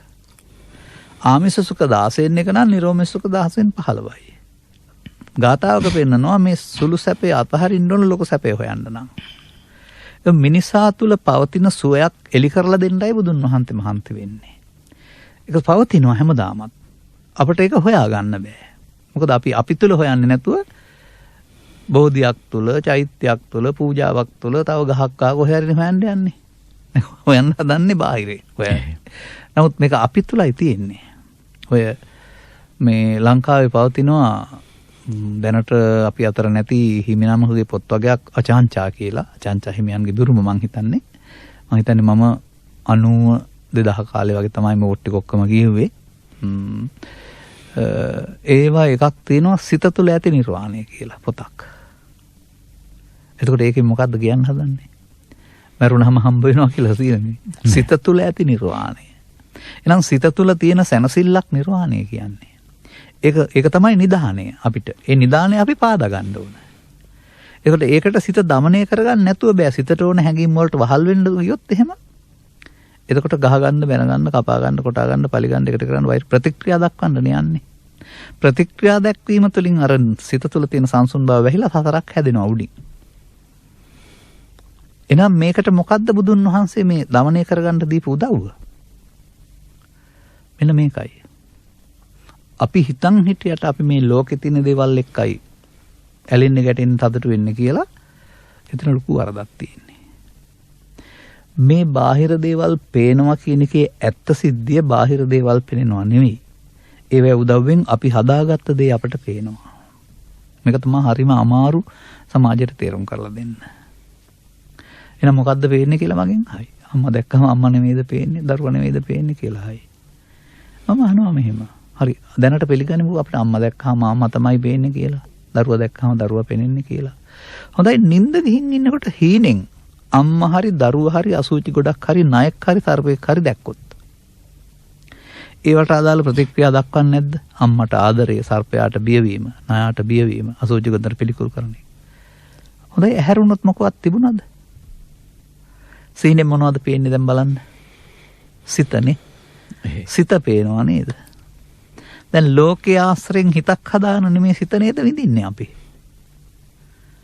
ලෝකේ තියෙන දේවල් විඳිනවා කියලා සම්මතයට කතා කරාට අපි විඳින්නේ හදාගත්ත ලෝකෙක මේ ඉන්නේ. ඕක තමයි සුපිනූපමා කාමා කියලා පෙන්වන්න හදන්නේ. උඹලා ඔය හදාගත්ත සිතුවිල්ලක ඕක තියෙන්නේ ලෝකේ නෑ ඕක කියන එක. මේක අල්ලගත්තාම ඉතින් මේක හැමදාම හොයන්න වෙනවා. ඉතින් සතරට යන්න වෙනවා හොයන්න. කවදාවත් හම්බ වෙන්නේ නෑනේ. ඉතින් නැති නිසා තියෙනවා කියලා හිතාගෙන අර ඒක තමයි මරීච කූපමා සංඥා. මිරිඟුව කියලා කියන්නේ යන්න යන්න ඈතට යන එකක් නේ. ඔය මේ 2015ට පෙර අවශ්‍ය ගමන් වලදී අපිත් බස් රථවල ගියා. යනකොට ඉස්සරහා ආසනේ වාඩි වෙලා යන්නේ. කාපට් පාරේ යනකොට කිලෝමීටර් කාලක් වාගයක් අතුරත වතුර පේනවා මට. ඉතින් ගිහින් බලනකොට තව ටිකක් එහා පේනවා එතන නෑ. මම මේ දැක්ක දෙයක් කියන්නේ. ඒ මිරිඟුව හඳුනාගත්ත හැටි. අර පේනුනට නෑනේ. තව එහාට යන්න ඒ වගේ මේ අරමුණු ඔස්සේ සැප හොයයි මිනිස්සුયો. අපාය ඔස්සේ, දිව්‍ය ලෝකේ, බ්‍රහ්ම ලෝකේ ඔස්සේ කොහෙවත් නෑ. ඒකයි මට කියන්න ඕනේ. යන්න හොයපේකේ නෑ. ඉගෙන ගත්ත කෙනා ඉගෙන ගත්ත මට්ටමේ, උපාධි මට්ටමේ, ධනෙ මට්ටමේ, දරුවන් මට්ටමේ, නිවාස මට්ටමේ, Tamanට ලැබිච්ච සම්මාන මට්ටමේ හොයයි මේක. අහලා බලන්න කාගෙන්වත් හම්බුණා ඇද්ද කියලා. කියයි ජීවිතේ තෘප්තිමත් නෑ කියලා. ඒ හේතුව ඇයි? අර තව එහාට තමයි පේන්නේ, තියෙන එකේ නෑ. ඔය මට මතක සිද්ධියක් තියෙනවා. මේ මම යම්කිසි විහාරස්ථානයට ගියාම මම දැක්ක සහතිකයක්. ස්වාමීන් වහන්සේ කෙනෙක් සතු. මට ලොකු දෙයක් ඒක. මේ සහතිකේ මට නෑනේ. කියලා හිතිලා මමත් ඒ සහතිකය ගන්න අවශ්‍ය විභාගේ පාස් කළා. අනේ ඊට පස්සේ මොකවත් නැහැ නේකේ. ගත්තට පස්සේ අර වෙනිච්ච ලොකුකම නැහැ. අන්න එහෙම තමයි එතනින් එහාට අතහැරලා දැන් මේක. මම සහතික ලබන වැඩ නෙවෙයි කියලා. ඉතින් ඒ නිසා අපට මේ අපි හිතින් හදාගෙන ලෝකෙ විඳින සුවයට වඩා සුවයක් සිත දමණය වුණාම තියෙනවා. ඒකට ලෞතුරු සුවය කියලා කියන්නේ. ලෝකෙන් ඈතර නෙවෙයි. මෙතනම තියෙන දෙයක්. ඒ කාරණාව ආපහු කියන්න හරි වටිනම කාරණාවක්. සිතට එන අරමුණට මුලා වෙන්නේ නැතුවම ඒක අතහැරෙනකොට එතන තියෙනවා සැබෑ සුවයක්. සිත දමනය කර ගැනීම තුළ සිත දමනය ගැනීම තුළ හමු වෙන. අපි එතන ඉඳන් කියන්නේ දිනුවා කියලා ස්වාමීන් වහන්සේ. දැන් ඒක සාටක බමුණා දිනුවා කියන්නේත් ওই කතාවෙන් තමයි. ලෝභය පරාජය කළා. එතකොට ඒක හමු වෙනවා. මේක තුල තියෙන සනසුමට ලෞතුරු සුව කියලා කියනවා. ඒ කියන්නේ ලෞතුරු සුව මෙහෙ තියෙන්න ඕනේ. ලෝකයෙන් ඈතර නෙමෙයි. ඔය ලෝකෝත්තර කියන පදේ පෙන්නපුවම මෙහෙමයි ගන්න වෙන්නේ. ලෝක කියන්නේ බාහිර ලෝකෙට නෙමෙයි. ඇස තුල පහළ වෙන රූප වේදනා සංඥා සංකාර පහට. කන තුල පහළ වෙන රූප වේදනා සංඥා සංකාර පහට. මේ ඇස තුල පංචස්කන්ධයක් නේ පහළ වෙන්නේ. එතකොට ඒකට අයිති කියන එක තමයි ලෞකික කියන්නේ. කියන්නේ ලෝභය, දේශය, මෝහය, ඊර්ෂ්‍යාව, ක්‍රෝධය, වෛරය, පවපින, ධානය, වේදේ, සතුට ඒ තමයි ලෞකික. ලෝකෙට අයත් ස්කන්ධ පංචකේ උපාදානයට අයත් ලෞකික කියන්නේ. නමුත් ඒ උපාදානෙන් මෙදෙනකොට එතරම් හම්බ වෙනද ලෝකෝත්තර. ලෝකෙන් ඈතර නෙමෙයි ලෝක උත්තරීතර. දැන් බුදුරජාණන් වහන්සේ ලෝකෙන් ඈතර වෙලා නෙමෙයි හිටිය අවුරුදු 35 80 දක්වා වින්දේ ලෝකෝත්තර සුව නේද? අර කෙලස් නැතුවම තියෙන සුව. එහෙනම් ඒ තමයි බුදුන් වහන්සේ දැක්ක බුදුන්. බුදුන් වහන්සේ හොයාගත්ත නිවීම. ඒ තමයි බුදුදහමේ සඳහන් කරන බුදුන් දැකීම කියන පදේ ගැඹුරු අර්ථය. ඉතින් අපි විසින් හදාගත්ත ක්ලේශ ධර්මයන් පාලනය කරගන්න පුළුවන් නම් බුදුන් වහන්සේ වදාළ අල්ලා නොගැනීමෙන් සිදුවෙන අනිත්‍ය ඔස්සේ. අරමුණ අල්ලා නොගැනීමෙන් සිදුවෙන දේ තමයි බුදුදහමේ අනිත්‍ය කියලා කියන්නේ. අපි හිතන් හිටියට කෙස්වල අනිත්‍ය ලොම්වල අනිත්‍ය කියලා මල් පර වෙන. එහෙම නැත්නම් අපි අර පෙන්නපු ආකාරයට අර චතිත්ත පරියෝ දපණං කියන එකේ අර අනාගත ඵලයක් උපදින්න හේතු නොකර අවසන් කරන්න පුළුවන් නම්. එහෙමත් නැත්නම් ඒක තමයි උපාදානෙ නොවි අවසන් වීම කියලා කියන්නේ. එහෙමත් නැත්නම් පටිච්චසමුප්පාද කියන එක පෙන්නනවා නිරෝධය දකින්න කියලා.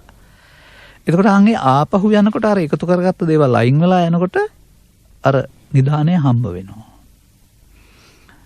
සෝවාන් සකෘදාගාමි අනාගාමි අරිහත් ඔස්සේ හම්බ වෙන්නේ මේ නිධානය. ඒ තමයි සිත දමනය කරගත්තාට ගන්න කෙනාට බුදුහාමුදුරු ලබා දෙන නිධානය. ඉතින් ඒක පාඩම් කරගත්තට හම්බ වෙන්නේ නැහැ. ඒක හමු වුණාම තේරෙනවා මේ ගැටුම් කොතරම් කර්කශද අප්‍රසන්නද අර නිබ්බානම් පරමං සුඛං කියන්නේ ඕකනේ. මරුණෙන් පස්සේ ලබන එකක් නෙමෙයි. ලොකුම සුවය. මේ ලෝකෙත් තියෙන එකත් එක්කලා ගැටෙන්නේ නැතුව ඉන්න පුළුවන් හැකියාව. එහෙනම් අපි ළඟ මැරෙන්න ඕන ඇහකනාසය දිවකය හෝ අපේ කය නෙමෙයි. ලෝභය, දේශය, මෝහය නැමැති මමත්වයේ මැරෙන්න ඕන. ඔය කෙලස් නසනවා කියන්නේ ඒකනේ. ඒව මරා ගන්න ඕන. ඒ මරණවට තමයි සචිත්ත පරියෝදපණං කියලා කියන්නේ. එතකොට අන්න පටිසෝතගාමී ප්‍රතිපදාව යනකොට එයාට අර අල්ලා ගන්න සංඛ්‍යාව අඩු වෙන්න මේ තියෙන தත්ත්වය හමු වෙනවා. එතකොට ඒක එදත් තිබුණා, අදත් තියෙනවා, ඉදිරියටත් තියෙනවා. ඒ ස්වභාවයට සීමා නැහැ. දිග පළල අතීත වර්තමාන අනාගත හරි වැරදි හොඳ නරක මේ මොන වචනයක්වත් අලංගු නැහැ. නමුත් එහෙම එකක් තියෙනවා. ඒකයි ධර්මයේ තේරුම් ගත්ත පුද්ගලයාට ධර්මය හමු වෙනවා කියලා කියන්නේ. ඔය ස්කන්ධ පංචකය සසරට බඳින එක වෙනුවට ඉතුරු නැතුව අවසන් වෙනකොට වැටෙන්නේ උතෙන්ට. මාර්ගය අර ඵලය. අර නිරෝධ වීම මාර්ගයයි හම්බ වෙන ඵලය තමයි මාර්ගඵල කියලා කියන්නේ. ආලෝකයක් හරි උපාදියක් හරි ඇඟහිරි වැටිල්ලක් හරි තව මේ ලෝකේ රටේ එක එක විකාර දෙනවා. සමහරුන්ට උරපත් දෙකට අමාරුව හැදෙනවලු සෝවාන් වෙනකොට. මට අහන්න හම්බ වෙන කාරණා. මේ මොනම විකාරයක්වත් නෙවෙයි. පා වෙනවා වගේ දෙනවා. උඩ යනවා, පා වෙනවා, දැනෙනවා. ඉතින් ඔය මේ මිත්‍යා දෘෂ්ටි තුළ හදාගත්ත කාරණා. ඔය මොකක්වත් නෙවෙයි. ලෝභක්ඛය, දේසක්ඛය, මොහක්ඛය, නිබ්බානන්නේ. ඒවා ෂෙයා කරලා බලන්න එහෙම එකක් තියනවාද කියලා. එතකොට අපි ළඟ තියෙන කාරණයක්. අන්න අර සිතට එන දේවල් මගේ ආත්මකට අරගෙන සතර හදන්න නැතුව අපට අතහරින්න පුළුවන් නම් අපි අතහරින්නේ අම්මා තාත්තා ඉඩකඩම් රැකියාව නෙමෙයි, මුදල් නෙමෙයි. ලෝභය, දේශය, මෝහය. ඒ ෂේ ප්‍රතිපදාව තමයි පටිසෝතගාමී කියලා කියන්නේ. මේ පටිසෝතගාමී වෙනකොට අපිට සචිත්ත පරියෝදපණං වෙනකොට ඔබුදුන් වහන්සේ වදාළ බුදුන් දැක්ක බුදුන් සිදුහත් තාපසතුමා සිදුහත් ගෞතමීන් වහන්සේ දැක්ක බුදුන් අපටත් හමු වෙනවා අදත්. එතකොට මෙන්න මෙතෙන්ට එන්න තමයි මේ බුදවරු සබ්බපාපස්සා කරනම් කුසලස්ස උපසම්පදා සචිත්ත පරියෝදපණං මේ වැඩේ මිනිස්සුන්ට කරන්න කියන්නේ. බුදුවරුන්ගේ නිර්දේශය. එතකොට එදා එයා අවංක මිනිස්සෙක්, මනුස්සකම පිරිමනුස්සෙක්. එයාට කවදාවත් මේ රටට ජාතියට ආගමට සතා සතුන්ට පරිසරයට කාටවත් වින කරන්න බෑ, සූරකන්න බෑ. එහෙම සමාජයක් නේ අද ඕනේ. මිනිස්කම පිරිච්ච සමාජයක් ඕනේ. ඉතින් ඔය කෙලෙස් යටපත් කරන මොන භාවනාවක් කරුවත් ලෝභය, ද්වේෂය, මොහය, ඊර්ෂ්‍යාව තියෙනවා. කෛරාටිකම් අපටිකම් ඔක්කොමත් කරනවා.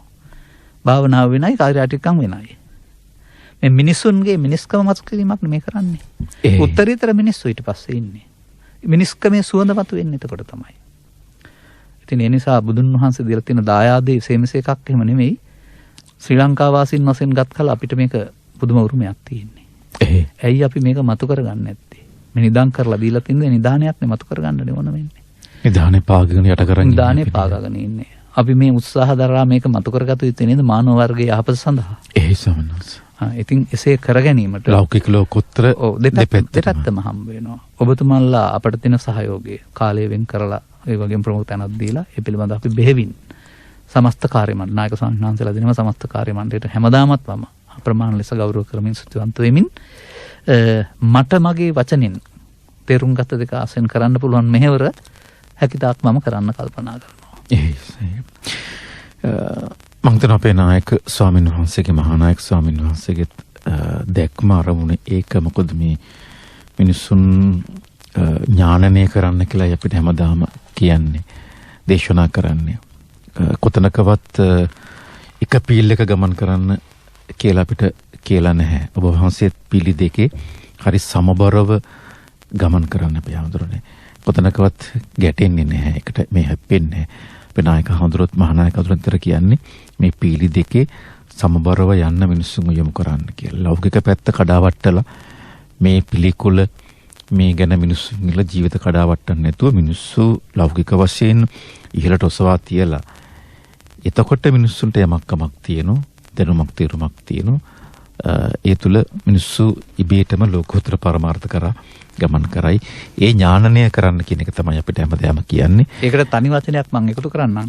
හිත හොඳ වෙනකොට හොයපු සියල්ල හම්බ වෙනවා. ඒ සම්මත. ඒකයි කියන්නේ. ඒ නිසා හිත හොඳ කරගන්න. ආයාසයක් දරන්න ඕනේ නිරායාසයෙන් ලං වේවි අවශ්‍ය දේ. එන්නේ රහස හිතවතුනි අත්දකින්න උත්සාහ දරන්න. හිත හොඳ කරගන්න අපි හඳුර අවසාන දේශනා කළේ ආයාසයෙන් තුර නිරායාසයෙන් ඔබ අපේක්ෂිත හැම දෙයක්ම ප්‍රාර්ථනා නොකලත් ඔබට අනිවාර්යව ලැබෙවි. එතෙන්ට ඔබ එසේ වෙන්න අද මේ දේවරාවම හිත සැනසුණු නිවුණු දැනුමින් සපිරුණු සහලුත් මාවතකට අපි යොමු කරපු පැහැදිලි කිරීමක්. කෑගල්ල පුස්සල ශ්‍රී පුණ්‍යෝදයාරාම අධිපති පූජ්‍යපාද බෙලිගල මෙමොරිය ධම්මවංශ අපේ හාමුදුරුව නිරන්තර පොතපත පරිශීලනය කරමින් මට වෙලාවකට පුදුම හිතෙනවා. දරවසකට ධර්ම දේශනා 5ක් සමහරට කරනවා. එකකට එකක් වෙනස් ගැටෙන්නේ නැහැ. මේ දැනුම කොහොම මේ සොයාගන්න කාලය සොයාගන්නවද කියන එක. මොකද නිතරම මහපාරේ ඉන්නේ විවිධ නාලිකා සහ විවිධ දේශන වලට යනවා. කොහොම වුණත් මේ ධර්ම කාරණා අවබෝධ කරගෙන ඒ අවබෝධය තුළ අපිට අවබෝධය ලබා දෙන්න කැපවීම පිළිබඳව නැවතත් අපි ගෞරවය පද කරනවා. නිරෝගී සුවය දීර්ඝායුෂත් තව තවත් ධර්ම ඥානීය පහළ වේවා කියන ප්‍රාර්ථනාවත් හදවතින් යුතුව ධම්සභා මණ්ඩපයේ සිට ප්‍රාර්ථනා කරනවා. ඊළඟ උදෑසන ධර්ම දේශනාව ශ්‍රවණය කරන්න ඉන්නතුරු විශේෂ ඉල්ලීමක් තියෙනවා. ලබන සතියේ 3 වෙනිදා අඟහරුවාදා රාත්‍රී 8 ධර්ම දේශනාවත් අපේ ස්වාමින් වහන්සේ පවත්වන්නේ විශේෂ දායකයන්ගේ ආරාධනය අනුව ඒකත් සිහිපත් කරමින් සමුගෙන යනවා. තාක්ෂණික පැත්තෙන් උදව් කළ සිළු දෙනාට පින් ලක්මා ලේකනායක පළමු මැදිරි හිටිය ධර්ම දානමය පින්කමටයි ඔබ දෙපාර්ශ්වයේ උදව් කළේ. ස්තුතියි සිළු දෙනාට. ඒ වගේම ඇසු ඔබ මිත්‍යාවේ රැඳෙන්නේ නැතුව නියම සත්‍ය සොයා යන්න ශක්තිමත්ව පියවර තබන්න. තෙරුවන් තරණයි ඔබට.